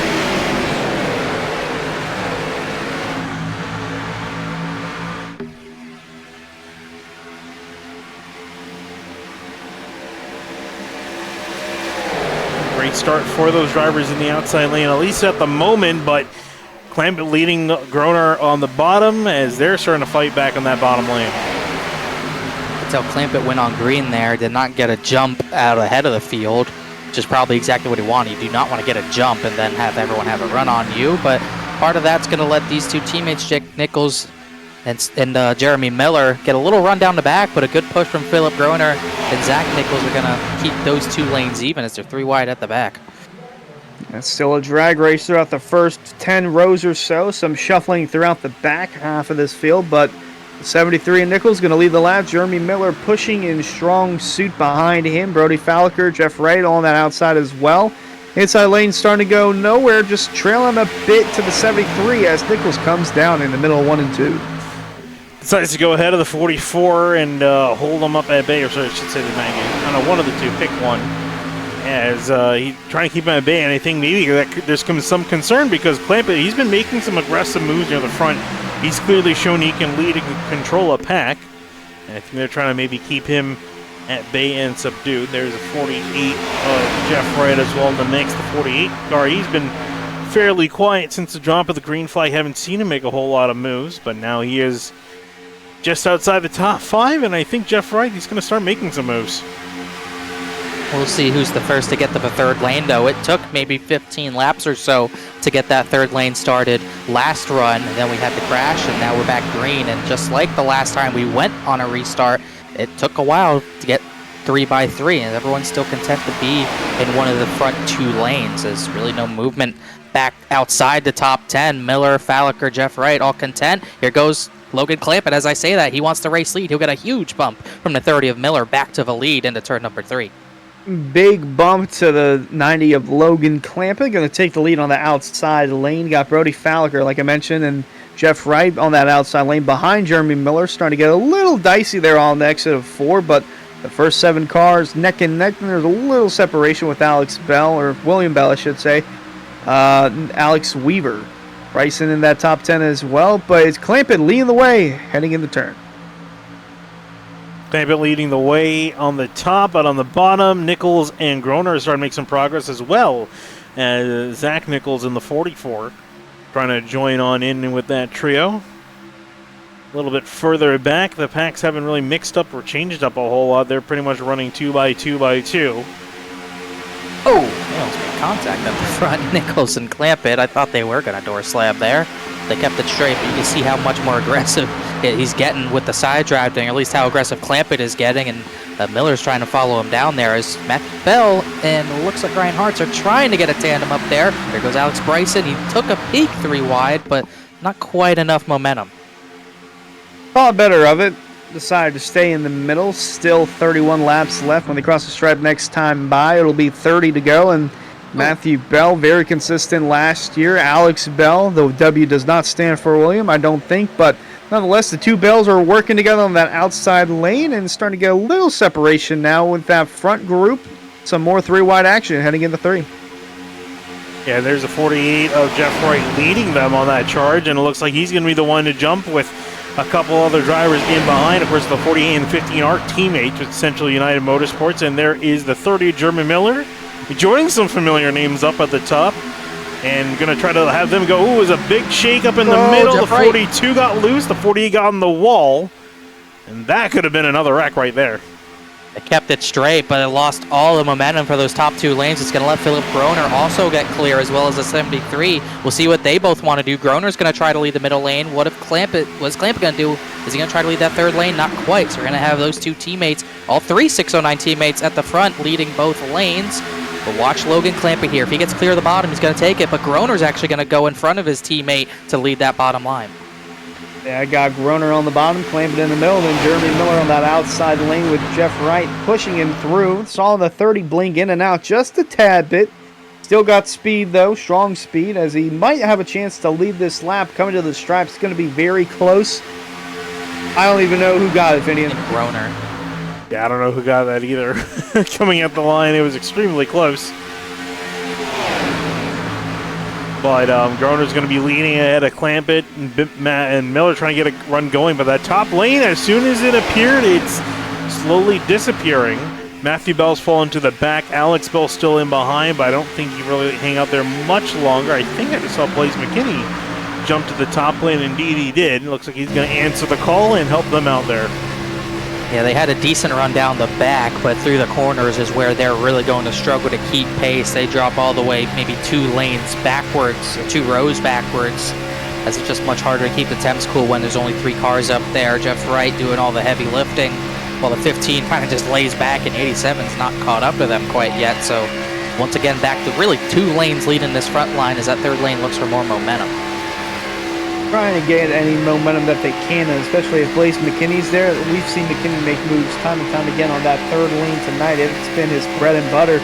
So we run on board with the roof of Alex Bell in the 15. Still a side-by-side battle down the front stretch for the lead. Got Jake Nichols, Logan Clampett going at it, Falker and Groner as well. And then the rotating door of the top 5 as Jeremy Miller's trying to keep that 3rd lane. Big block. Touch. Oh my gosh, and Clampett's now up in the middle.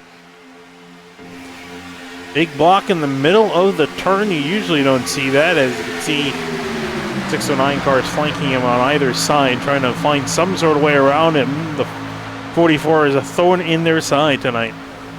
And he is getting flanked by 609 cars, but he's still getting a good push from the other one behind him in Nichols, and he's been the only one really making those blocks in the middle of the corners. But we know Logan Clampett, he's a big name in sim racing, always has been. He can make that work pretty easily, as he has all night long. Here goes Nichols. He goes of a 3rd lane, even though Miller wasn't really there to help. Falker gave a big bump to a 90 of Clampett, but here comes that 3rd line. Jeremy Miller pushing Jake Nichols, and the energy in the middle lane kind of dying. Starting to get a little more organized up towards the front now. Philip Groner can go up to the outside if he wants to. Going to try and pair up with his counterpart teammates in Jake Nichols and Jeremy Miller, but to no avail. He'll leave the middle for now, blocking Clampett. That bottom lane now being led by Zach Nichols in the 44, but it's the outside one that's going to the lead, Finian. Outside one getting a big push, the 73 and the 30 hooking up, and that's giving enough of a run for Nichols to get ahead. Whoa, the 30 of Jeremy Miller ended up hitting the 11. Oh, they're crashing in the background. On Fambro's around. No caution yet. Ryan Hartz is around. 2 cars crashed. There's no caution. We remain green as they both sit there on the bottom getting back up to speed. Sorry to cut you off there, Hunter.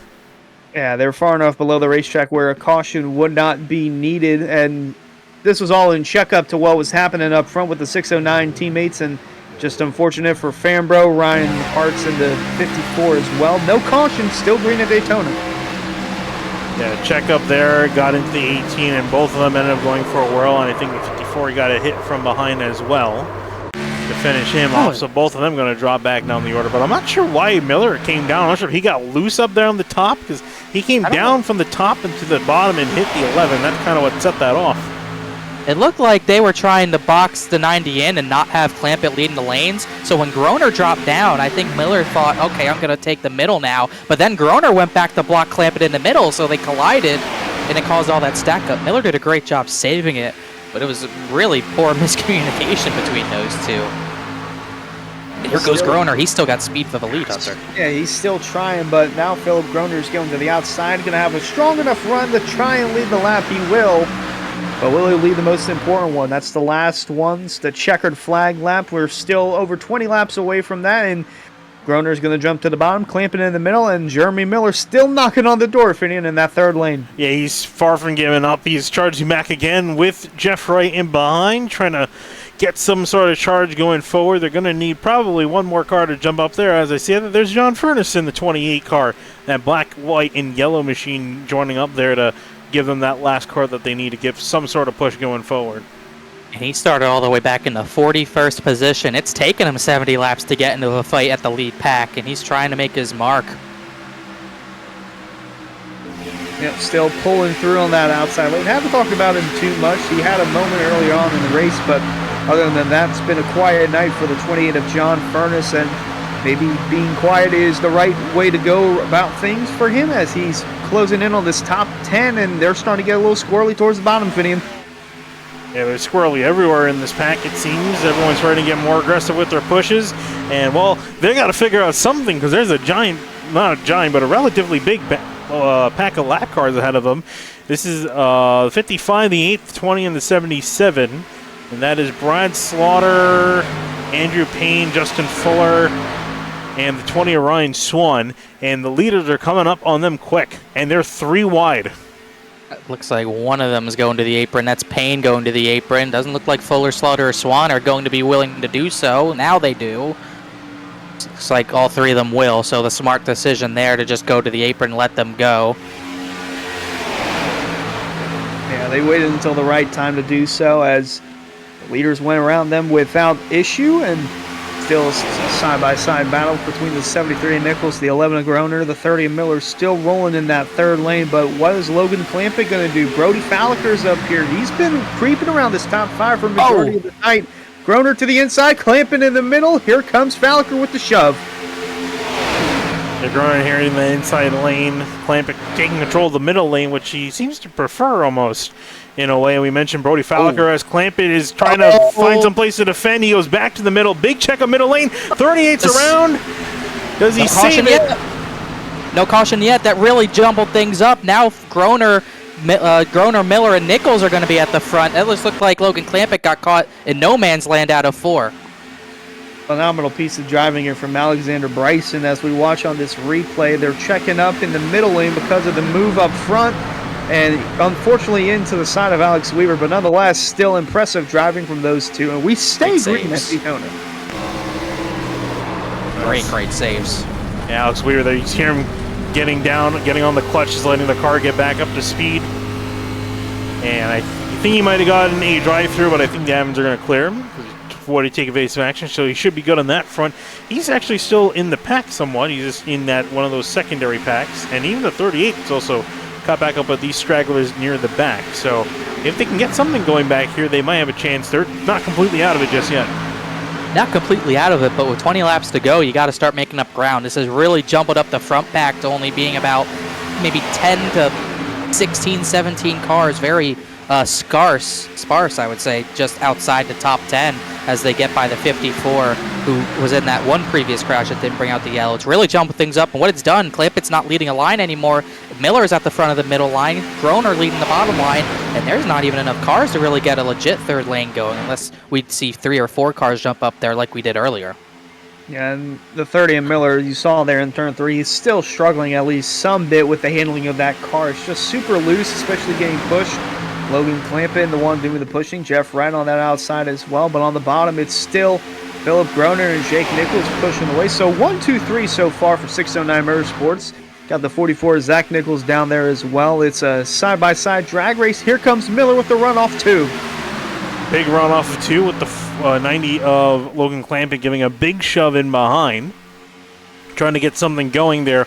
I'm curious to see who is going to be that one that starts it outside lane, but for the moment they're duking it out side by side, 2 by 2 in turn 3. And that lane dying off just a little bit at the moment. I see a couple cars coming from back. Oh, and David Weishart, I saw a nose out of line for him. And Weishart was involved in a wreck not too long ago, so glad to see this 33 car back up here in the mix.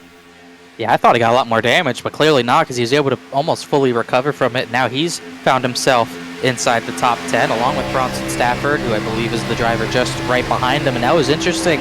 Last time down the back, it was another one of those good runs from the middle lane. It looked like Miller and Clampett got clear, but Miller kind of threw a little fake to the bottom to slow up that middle lane, and it forced Clampett to lift and couldn't get to the bottom to the inside of Miller. So it definitely seems like they're trying to kind of cast him out and make sure Clampett can't control this race. Weishart's car is built like one of those brick ovens from 812 Pizza there on the hood of his number 33, as Miller's still struggling and still pulling through. Loose is fast, Finian, but you don't want to be too loose here as we get later into the run. Yeah, I don't really think you want to be loose at Daytona when you're going 190, almost 200 miles an hour into some of these turns. Yeah, it's just not a condition you want to deal with, especially with someone pushing you in behind. So easy for the car to wreck. And speaking of 3-wide action, we see Braxton DeWeese in the middle with that 13 car. He's got Alex Bell on one side and to his inside Matthew Bell on the other. And further back looks like a couple stragglers. And look at that pack, that second pack they've caught back up. So 38 and the 29, they're back in this. It looks like they kind of got saved by it being pretty spread out earlier. Alex Weaver, that 29 actually looks all right for the most part. I could see some left side damage on the 38 of Alex Bryson, but for the most part, all good. The only problem is that track position they had. They had pretty good track position. They got to gain all that back rather quickly as we're closing in on 15 to go. Miller's clear of Philip Groner for the race lead, but they seem pretty content to have 609 Motorsports cars in both leading lanes right now. Yeah, they both control the field. Groner on the bottom, Miller on the outside, and yeah, this pack's starting to get a little bit more full again, as towards the back there you saw Connor Okrezik was in there as well. He was involved in a wreck where yellow did not come out, but nonetheless, he's still pulling through in that 14 car, even though he's got some damage to him and still pulling through. And that third lane place, McKinney mentioned it earlier. He's been one to make moves in that third lane, trying to get it going. Some separation throughout the pack, Finian. Some separation as the third lane tries to form. You see Bronson Stafford taking advantage. Jeff Wright going to step out of line ahead of Blaze McKinney. And David Weiser, Braxton DeWeese, they're going to lead a charge. The third lane has formed, and they're going to the front. And this will be interesting to see what Miller does. Well, as I say that, I thought he'd have at least be clear at a 2, but not the case. That top line got through 1 and 2 very fast. They'll probably have a huge run down the backstretch. Then Jeff Wright will have a decision to make if he gets clear, if he wants to lead those 2 lanes, knowing he has teammates in behind him, but doesn't look like he's going to get clear. Whew. Big juke Jeff from Wright the 9. getting that big push there going into the lead there. The 9 of Shane Therian. I don't think we've talked about him too much tonight. He's in that prime number 9, and he's in the prime position. But that outside lane now starting to fade a bit. Not sure what happened, but it's like their 15 seconds of fame wound up in flames just like that. But they're still there trying to make things work. But crash! Ben 9 Pierce. round, caution will fly. He out. saves it, but the caution will fly. Oh, that time the caution comes out. Okay, that was weird. Middle of the pack. And there was nothing that happened up ahead like it was the other 2 times. Yeah, I was just about to say 2-time winner of this race. Oh, contact between Weaver and Ben Pierce. Set that off. Yeah. And Shane Therian, who we were just talking about for the first time, innocent bystander there. So we'll see here, Hunter Finney, and a little bit of contact from left front of the 29 of Weaver to the 65 of Ben Pierce. Right there. There it is. I was trying to find where he was on the scoring. It's impossible to find some of the drivers. Right there, just nothing he could do. But it looks like both drivers are going to get away with it with maybe minor damage. See the contact right here. Yeah. Just a little bit squirrely in the tri-oval for Weaver. And great save and recovery. Yeah, definitely. That could have been a lot more cars involved, for sure. This is going to be an interesting point in the race where you're good on fuel, so you're probably not going to see anyone even come down to pit lane. But there is tire wear, Hunter, but I would think no one in the top 20 is going to come down. We have 26 lead lap cars. No, not unless you have damage like maybe Connor O'Kresick, maybe James Skiley. I don't know if he's got some damage involved in one of the incidents tonight, but unless you have some damage that's hindering you, I would expect to come down and maybe try to get that fixed. But we'll see whenever these cars come around and pit. Some might pit whenever pit road is open. Yeah, I think pit road should be opening this time by. And we'll see if anyone takes it. I just don't think it's really worth it at this point, right? Because you have enough fuel to make it to the end. Tires, they're nice to have, but you already have tires in the car. The wear, it's some important to keep track of, but it's not defining the race. The 30 of Miller, I think he's going to do a fake. I'll be genuinely surprised if he comes down. What a fake. He had everyone fooled. I did actually think he was. He was going down a little bit more than I was expecting him to, but it's like JT Poulin 18th will be the first one to come down. He'll bring most of the drivers lead lap behind him, but most of them are still lap down cars. Like we said, 26 drivers lead lap, so he's not losing too much track position doing this. Oh, got to make your stall. Goes a long way. Going in to get some service to his car. I think he has a little bit of damage to fix as well. I can see maybe a crease on the right side. Much as it's a body work or not. Oh. Uh-oh. Get out of the car? Oh, there he goes. There, he's back in the car. He did get out of the car. He's just going to get out, repairs damage, get maybe something to drink when he's on pit road, and get back out there. Going to legally perform a Sterling Marlin. Like that Casey Kane commercial. Man, Keith Kane had some really good commercials. They were a lot of good commercials in the mid 2000s, in the 10s. Part of a lot of them. Early 10s. Yeah. He still looks like a time traveler from the early 2000s. That man does not age. No, he doesn't. He definitely doesn't. How old is he now? Oh, gosh, he's somewhere in his 40s. That's what I would 44. think, right? All right, well, we're under caution, and could potentially be one of the last cautions we see. I doubt it, but you never know. His age is 44. 44, wow. So right on the money. I don't know if you guessed correctly or actually knew. I just thought it was in the know 40s. Casey Kane. I think if we had Bryce Senna here, he would know as well. Oh, he would know his date of birth, what hospital he was born in, all that stuff. Unfortunately, He's Bryce in this Senna's race, I believe. Yeah, he is. It's not been the best of races for him. Looks like he's trapped a lap down. He's actually the first driver a lap down. Did not see who got the lucky dog. It might have been Greg Mitchell. I would say probably Greg Mitchell or Ryan Hart's, one of them too. But as we get ready, I think we're going to get the 1 degree this time. But I just want to take a chance to thank High Banks Podcasts. Just two blue-collar guys, Nick and Alex, talking about NASCAR and more. Listen to episode 205 with Brad Slaughter, and a new episode with Jacob Bell coming soon, available on Spotify. And also got to thank Rick's Hot Sauce. We can find where James Kelly is. There he is on the track. Head over to rickshot.com for some of the best hot sauces made locally in South Florida. Try the Loxahatchee Classic, Golden Garlic, Palm Beach Pineapple, or South Beach Heat. Follow the Rick's Hot Sauce Rookie of the Year battle in the Area Cup Series to see which driver will take home the $100 prize as the highest finishing rookie in the point standings. James Skiley not having the best of runs here at Daytona, but I mean, I said it with Douglas Newbiging in the Cup Series race, and I was almost right. If there's a wreck, he might have a chance and just kind of drive his way on through, even though he's back in 20th. We'll see what happens here. Yeah, and we will see what happens here as another plane lands. They're very busy tonight on the back straightaway, but they're still, anyone lead lap is still in this race. Even the drivers fighting for the lucky dog, which will be Senesac, Payne, Justin Fuller. They're all still in this race as well. 30 cars that can most likely still win it, but it's going to be a lot tougher at the front. Those 609 Motorsports cars have really kind of been at the front the entire night. Groner, Miller, Jake Nichols, minus Zachary Carr and Justin Anasogek, but they've still been pretty fast. And now they'll be able to restart 1, 2, 3 and might have an easier time controlling this field because of that, restarting with 10 laps to go. As they'll have Zach Nichols starting in the 4th position. Clampett will be maybe a little trapped on the bottom in 5th. Yeah, Logan Clampett's going to have some work to do if he's going to have a shot at winning those 609 cars there. First 2 on the bottom, first 1 on the outside.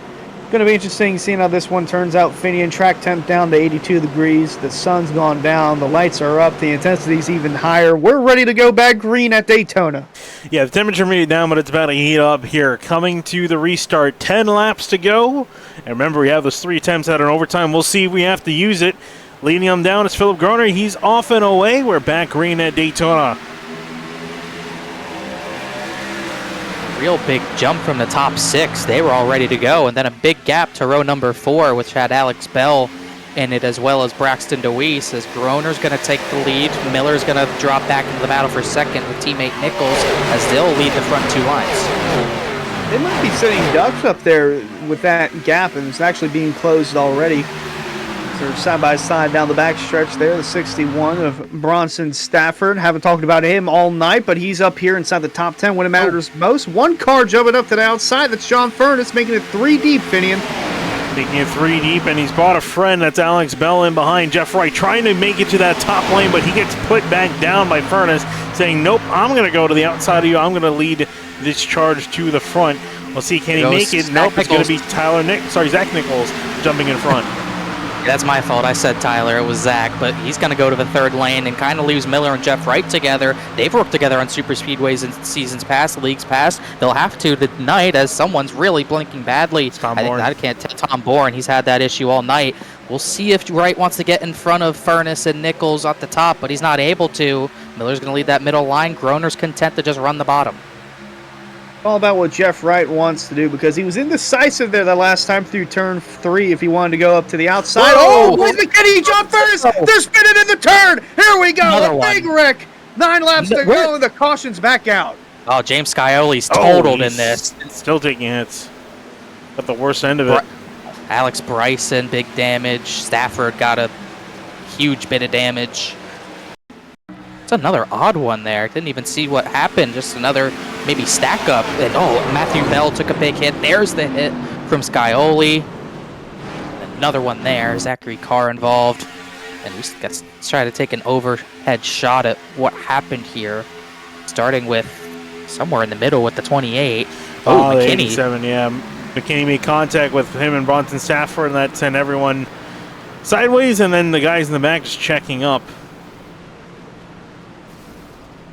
Yeah, that was just another one, kind of like we saw the last yellow, just someone in the middle or one of the lanes just kind of losing track of where they are. And the 87 into the 28. When it happens entering the corner, Hunter, there's not much you can do.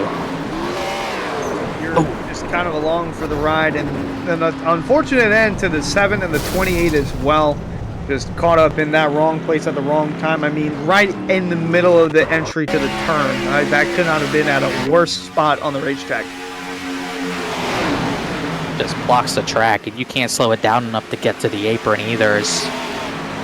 You can see all these drivers just trying to check up. Senesac, maybe a light tap to Bryson, and the 3 gets some damage there as well. Devin Johnson getting a small piece of that at the end there. Yellow out one more time. We'll see even less people pit here. Ben Pierce pits from 13th. The car looks kind of all right. I was kind of surprised by that, but most of others are pitting for damage repair, and this what it really does. It makes it even harder for the drivers 4th on back to beat these 3 teammates because they get another restart to time it the way they want with even less laps to go, as free pass looks like it goes to a 77 there.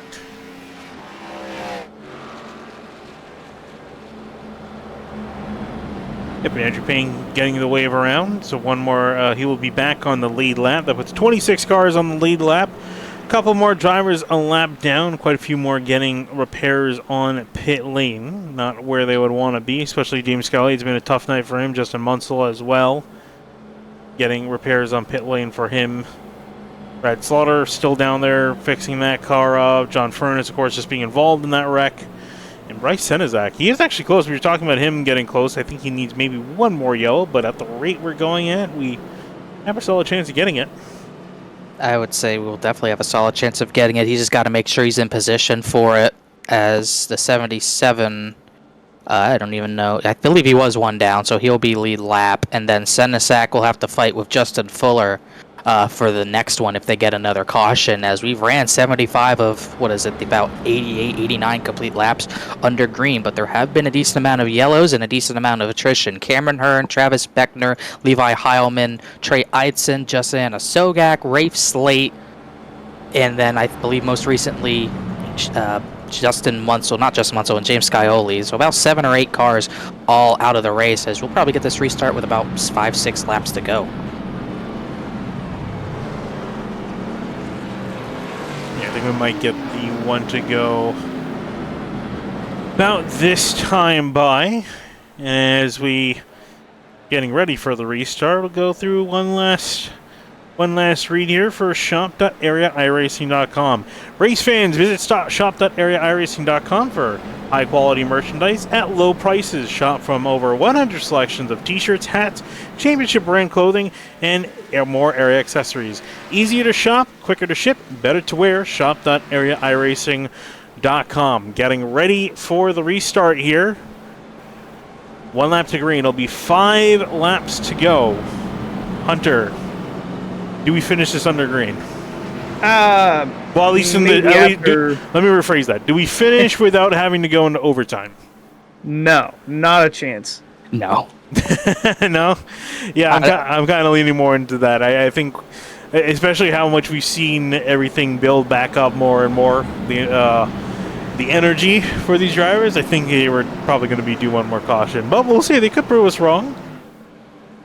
I think the problem is we're going to see that crash happen right at the front of the field, because I think these drivers, Jeff Wright, Clampett, Alex Bell, they're going to have to get really, really aggressive to get these front 3 out of control of this race. This late in the running, they're going to do everything they can to try to block and keep their lanes formed while they stay at the front and the others don't. Everyone else behind them, they're going to be trying everything they can to split them up, get them out of the main lanes, whatever they have to do to make sure those 3 aren't able to win this race. They're going to have to do it, and they're going to have to get very, very aggressive. That's where I see the yellow happening.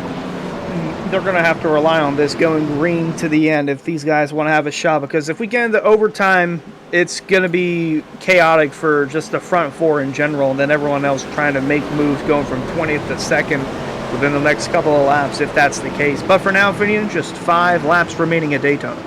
5 laps in the scheduled distance. Let's see. Do we have to use overtime? The sun has effectively disappeared. The entire track essentially bathed in night and artificial lighting. We'll see, though. Will we have any more laps added to the end of this race in total? Groner leading them back to the green again. We're back green at Daytona with Miller trying to get back up to speed with the 73 behind. Not as coordinated as a restart as I would have thought. It almost looked like Miller was going to get in between Groner and Nichols, and it just didn't form. Now Groner's going to drop back to the bumper of Jake Nichols. That lets Miller get the run to probably keep the lead through turn 2. We'll see if Jeff Wright and David Weishart jump up to the 3rd lane to hose the 30 out here. Don't know if they're going to be able to do that. So the 30's still leading through, but just an aggressive push from the 48 of Jeff Wright. Groner in the 11, Nichols in the 73 as well. It's very tight single file. Very tight formation through 3 and 4, Finian. Yeah, pretty much going as the restart, at least for the first couple of rows. A couple of movements in the back of the field. 4 laps to go this time by. Whoa, a bit of a bump from the 48 to the 30 sends him a little bit loose. That's going to cause a checkup in that outside lane. And actually, speaking of the lanes, not a whole lot of drivers in the inside lane. As I say that, 2 big moves in the background. I saw that is Alex Bell moving down to the bottom, as well as I want to say that was a 20 of Ryan Swan. There's a modified at the middle in the bottom lane as well, kind of holding everyone up. That's Braxton DeWeese, kind of killing the momentum of the inside lane. So you only have about 5 drivers in that inside lane up to speed. Now Alex Bell's going to try to get to the bottom, but it looked like Jeff Wright was not going to lift until the 30 was out of his way or crashed. But at the end of the day, he was not able to make a move. Still waiting on that third lane to form. Here goes another driver. Looks like the Super of Tom Bourne up there with no help. That's unfortunate there for the 16. No one willing to go with him. 3 laps to go now as they cross the stripe. He was blinking earlier throughout the race, so I'm not sure if that has something to do with anyone wanting to go with him. But he's got to run. He's still making his own ground up there. Here's a Krezek. Krezek joining up. He was the car that I was talking about earlier. And then there's the 35, JT Poole, Blaze McKinney jumping up there. David Weiser jumping up there. A bunch of drivers leaving that middle lane open. I see some dogfighting in the back. Ryan Hartz, Joey Chapman getting some side-by-side action. And here comes David Weiser to the front. Miller has a decision to make if he gets clear of Weishart. Does he block the high line or have faith in Jeff Wright to stay in the middle lane? He's going to have to make that choice pretty quickly here as McKinney's not really connected to Weishart. 2 laps to go this time. Only 3 cars now, 4 cars on that outside lane. 1 car trying to get alongside in that third group. It's the 2 car, but it's David Weishart now leading the way on that outside lane. Miller through in the middle and Groner still on the bottom. Through turns 1 and 2, 3 wide action here. Weiser trying to make a move. Jeff Wright making a move to the top side, blocking David Weishart. He's jumped up there, trying to go around Miller. It's a drag race down the back straightaway. He's clear of Miller. He's almost clear of Philip Groner, but not quite. He's going to get to the middle, block the 30 of Miller. Groner's going to get the run through the corner, but Jake Nichols not pushing the 11 as that top line's going to lose some momentum, but they might gain it back out of the corner. Jeff Wright leads the way, 1 lap away from the ending of this race. One lap to go from Daytona. Here we go. We're going to finish this thing under green. Jeff Wright leading, trying to lead all 3 lanes there at the front of the field. Groner on the bottom, Weiser on the top. Miller stuck in behind. Miller's clear, though, but that high line doesn't have momentum. It's all depending on what Miller tries to do, but there's no third lane. They've lost all momentum. He might have no choice but to push Jeff Wright until out of turn number 4. Down the backstretch for the final time. Jeff Wright clears the way. Here comes Falliger to the outside. Groner on the bottom. He's going to have a lane. Falliger on the outside, side by side for the lead for the final time. They almost turned. Oh, they almost turned there. It's a drag race between the bottom 2 lanes. The outside lanes died out, wrecking in behind the 73. They're turning, they're wrecking, and through it all, looks like the 11's going to make it on through. Philip Groner is going to win here at Daytona. What a finish. You knew it was going to maybe end like that. His first race in the Pro Series, Philip Groner's going to victory lane. I mean, a massive wreck in the back. Everyone that was in that pack, just chaos throughout the rest of the field. What a way to get your first win for Philip Groner. Whew. I almost thought he was about to get turned there at the end. He was just able to make it on through there. Jeff Wright almost had a chance to race him there at the end, but he got collected at the last second. He ends up in 22nd, but Philip Groner, through the smoke, will make it on through and win his debut race here in the Area Pro Series. What a start to his career here. How about Jeremy Miller got the second through that. 609 Motorsports 1-2 through the chaos. So many drivers who had good runs taken away there, like Jake Nichols and Zach Nichols, 17th and 18th for them. And Logan Clampett, he was like top 5 all race. He finishes outside the top 20, and Philip Groner's going to take out the grass. Not the last one to take out the grass at this point. Yeah, I was going to say, I think half the field beat him to it coming to the checker there alone.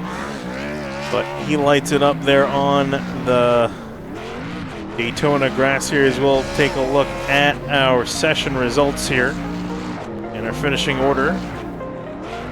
Philip Groner, a winner. Jeremy Miller, of course, a 1-2, as you mentioned, for 609 Motorsports, Connor. And David Weiser rounding out your top 3. Alex Bell getting a solid finish in his debut. Alexander Brisson, we saw him. He was around not too long ago. He somehow managed to sneak away with a 5th place finish. Just barely. A great job getting through the crash and persevering to get that finish. We didn't really talk about Garrett Grant a lot tonight, but he gets a top 10. Blaze McKinney, a lot of these drivers 5th on back were part of the crash a little bit, but were able to recover, at least get something. None of our few Fords inside the top 10. A lot of Chevrolets. Theory and I is finishing Toyota in 6th. Another driver we didn't talk about, but gets a good finish. Yep, Area's Ironman gets a top 10 in Garrett. Grant Braxton, the week's just missing out on that top 10. JT Poole, 12th. Ben Pierce, Tom Bourne, Devin Johnson, Connor O'Kresick, Zach Nichols, and then Jake Nichols, Logan Clampett. Those two were up there for a majority of the race. Get taken out in that last lap melee. And Andrew Payne rounds out the top 20. And moving on back to our next page of finishers, taking a look at 20. Hit the wrong button there. 21st on back, Brody Follaker. We saw him almost had a surprise run there at the end. Unfortunately, the finish just got caught up in that last incident. Bronson Stafford, Jeff Wright, of course, he's going to be very disappointed what could have been. They're racing for the win on the white flag lap. Then Greg Mitchell, Ryan Hartz, Justin Fuller, Bryce Senezak, Joey Chapman, Shane Abbey, and Justin Munsell rounding out the top 30. And a lot of drivers in that 20th to 30th range who ran up front most of the race and just didn't get the finish they deserved. A lot of drivers who ran up front and didn't get the finish they deserved here either, like Furness and Slaughter, Matthew Bell, Scioli, Rafe Slate was at the front, and the Sogak was crashed out late. There are some guys who really didn't have a chance, like Zachary Carr. He went through all the chaos and just persevered to get 33rd through attrition after really being the first driver laps down. Trey Eidson is another driver who ran pretty well and did not get nearly the finish they deserved at the back half of the field. Yeah, then on to our last page of finishers there, we got Levi Heilman. Fortunately for him, had a fast car. Unfortunately, couldn't make it to the end. Ran into issues with other drivers and suffered with the attrition rate. Travis Beckner and then Cameron Hearn rounding out your field of 43 finishers. Well, as we finish up the race results, let's talk to our third place finisher, David Weiser. David, I'm sure you had a very interesting last couple laps, especially the final lap coming there to the end. We saw you up there. You were fairly quiet up until around the halfway point of the race, and we saw you slowly poking that 33 car to the front. Yeah, I got caught up in a wreck. I forgot at what point in the race, like lap 20 something, I think. I don't know. I had nose damage, so I couldn't get it all fixed, so I just rode around in the back, couldn't go anywhere. And then finally we got a caution. I was able to get it all fixed and worked my way back up through there. I feel like I spent most of the race three wide middle. I don't like that. I felt like I was on the edge of control the whole race, but that last lap, or that last run right there, I had James spotting for me. He was out of the race there, so I wanted him to tell me whenever that third lane was forming, I wanted to be the leader of my line, and had some guys up there with us. I don't know if they were damaged or whatnot, but we just never could get a solid run formed. And on the last lap, you're coming out of 4. I just kept pedal to the metal. You can't lift there. So I've had a rough start to the season across all the series. Been involved in a lot of wrecks, so I'll definitely take a P3 here and get my season on track. All right, well, David, it was a solid finish for you. We actually saw you making most of your progress, it seemed, on the outside lane, more so than the middle lane. Was there any preference for whichever lane, or are you just trying to go forward whichever lane worked? Anywhere but bottom.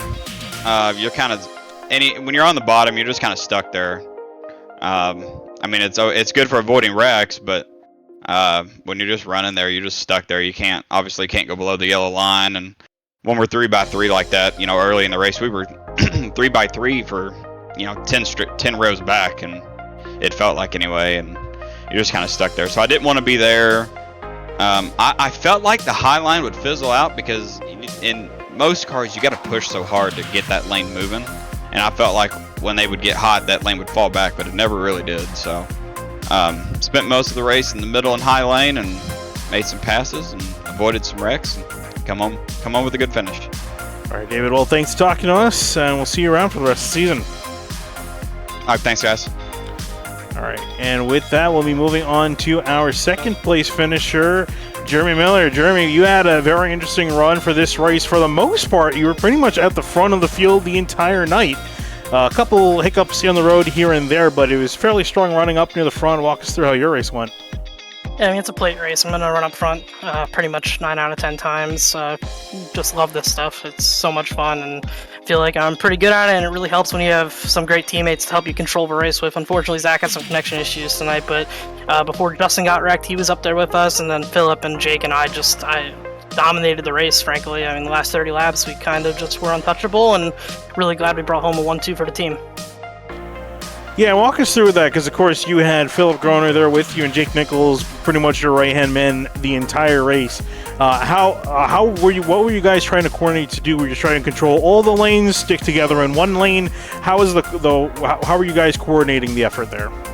Yeah, I mean, really the main goal was just to control the bottom and middle. The third lane didn't really have anything most of the night. The only time I got clear up there is because Logan had a bit of a bobble, and Jeff got clear of me with 2 to go there because somebody decided to lift with 2 to go at Daytona instead of giving a push, which is really unfortunate and took away our chance of winning. But just controlling those lanes, we executed it perfectly. And then on the final lap there, obviously, all bets are off. We got a little bit unattached from each other. I think Jake kind of got driven through there, and it was fortunate enough that at least 2 of our cars made it out of that unscathed.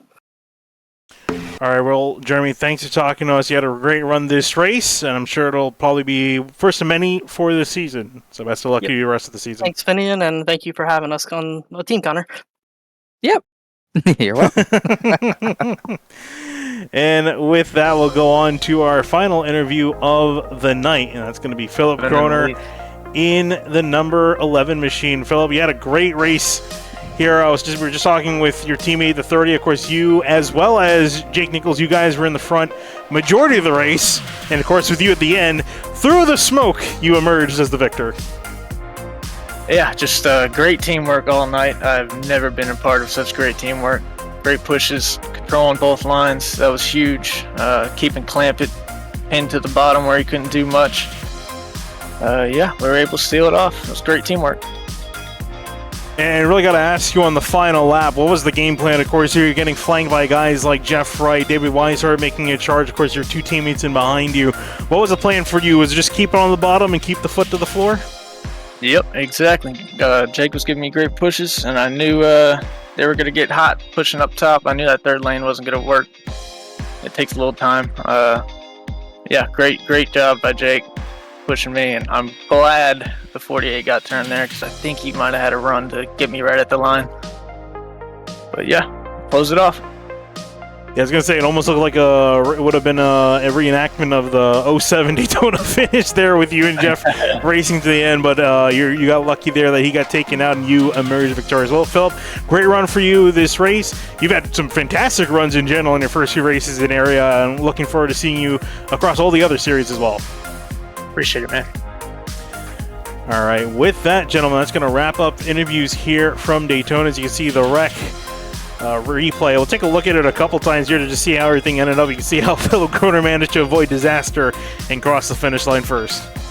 Yeah, he was really the only driver to come through unscathed. Even Miller, who finished second, ends up getting damaged. It looked like the bottom line was everyone's just shoving. No one's lifting here, no doubt about it. And it just looks like things get stacked up on the bottom here. 73 into the 11, up into a 48. Then Clampett's not lifting. The 73 gets turned, sets all of that off. Just barely caught Jeff Wright. Had that not been the case, it would have been a dead heat at the line. Wow, huge hit by Greg Mitchell there, among other drivers.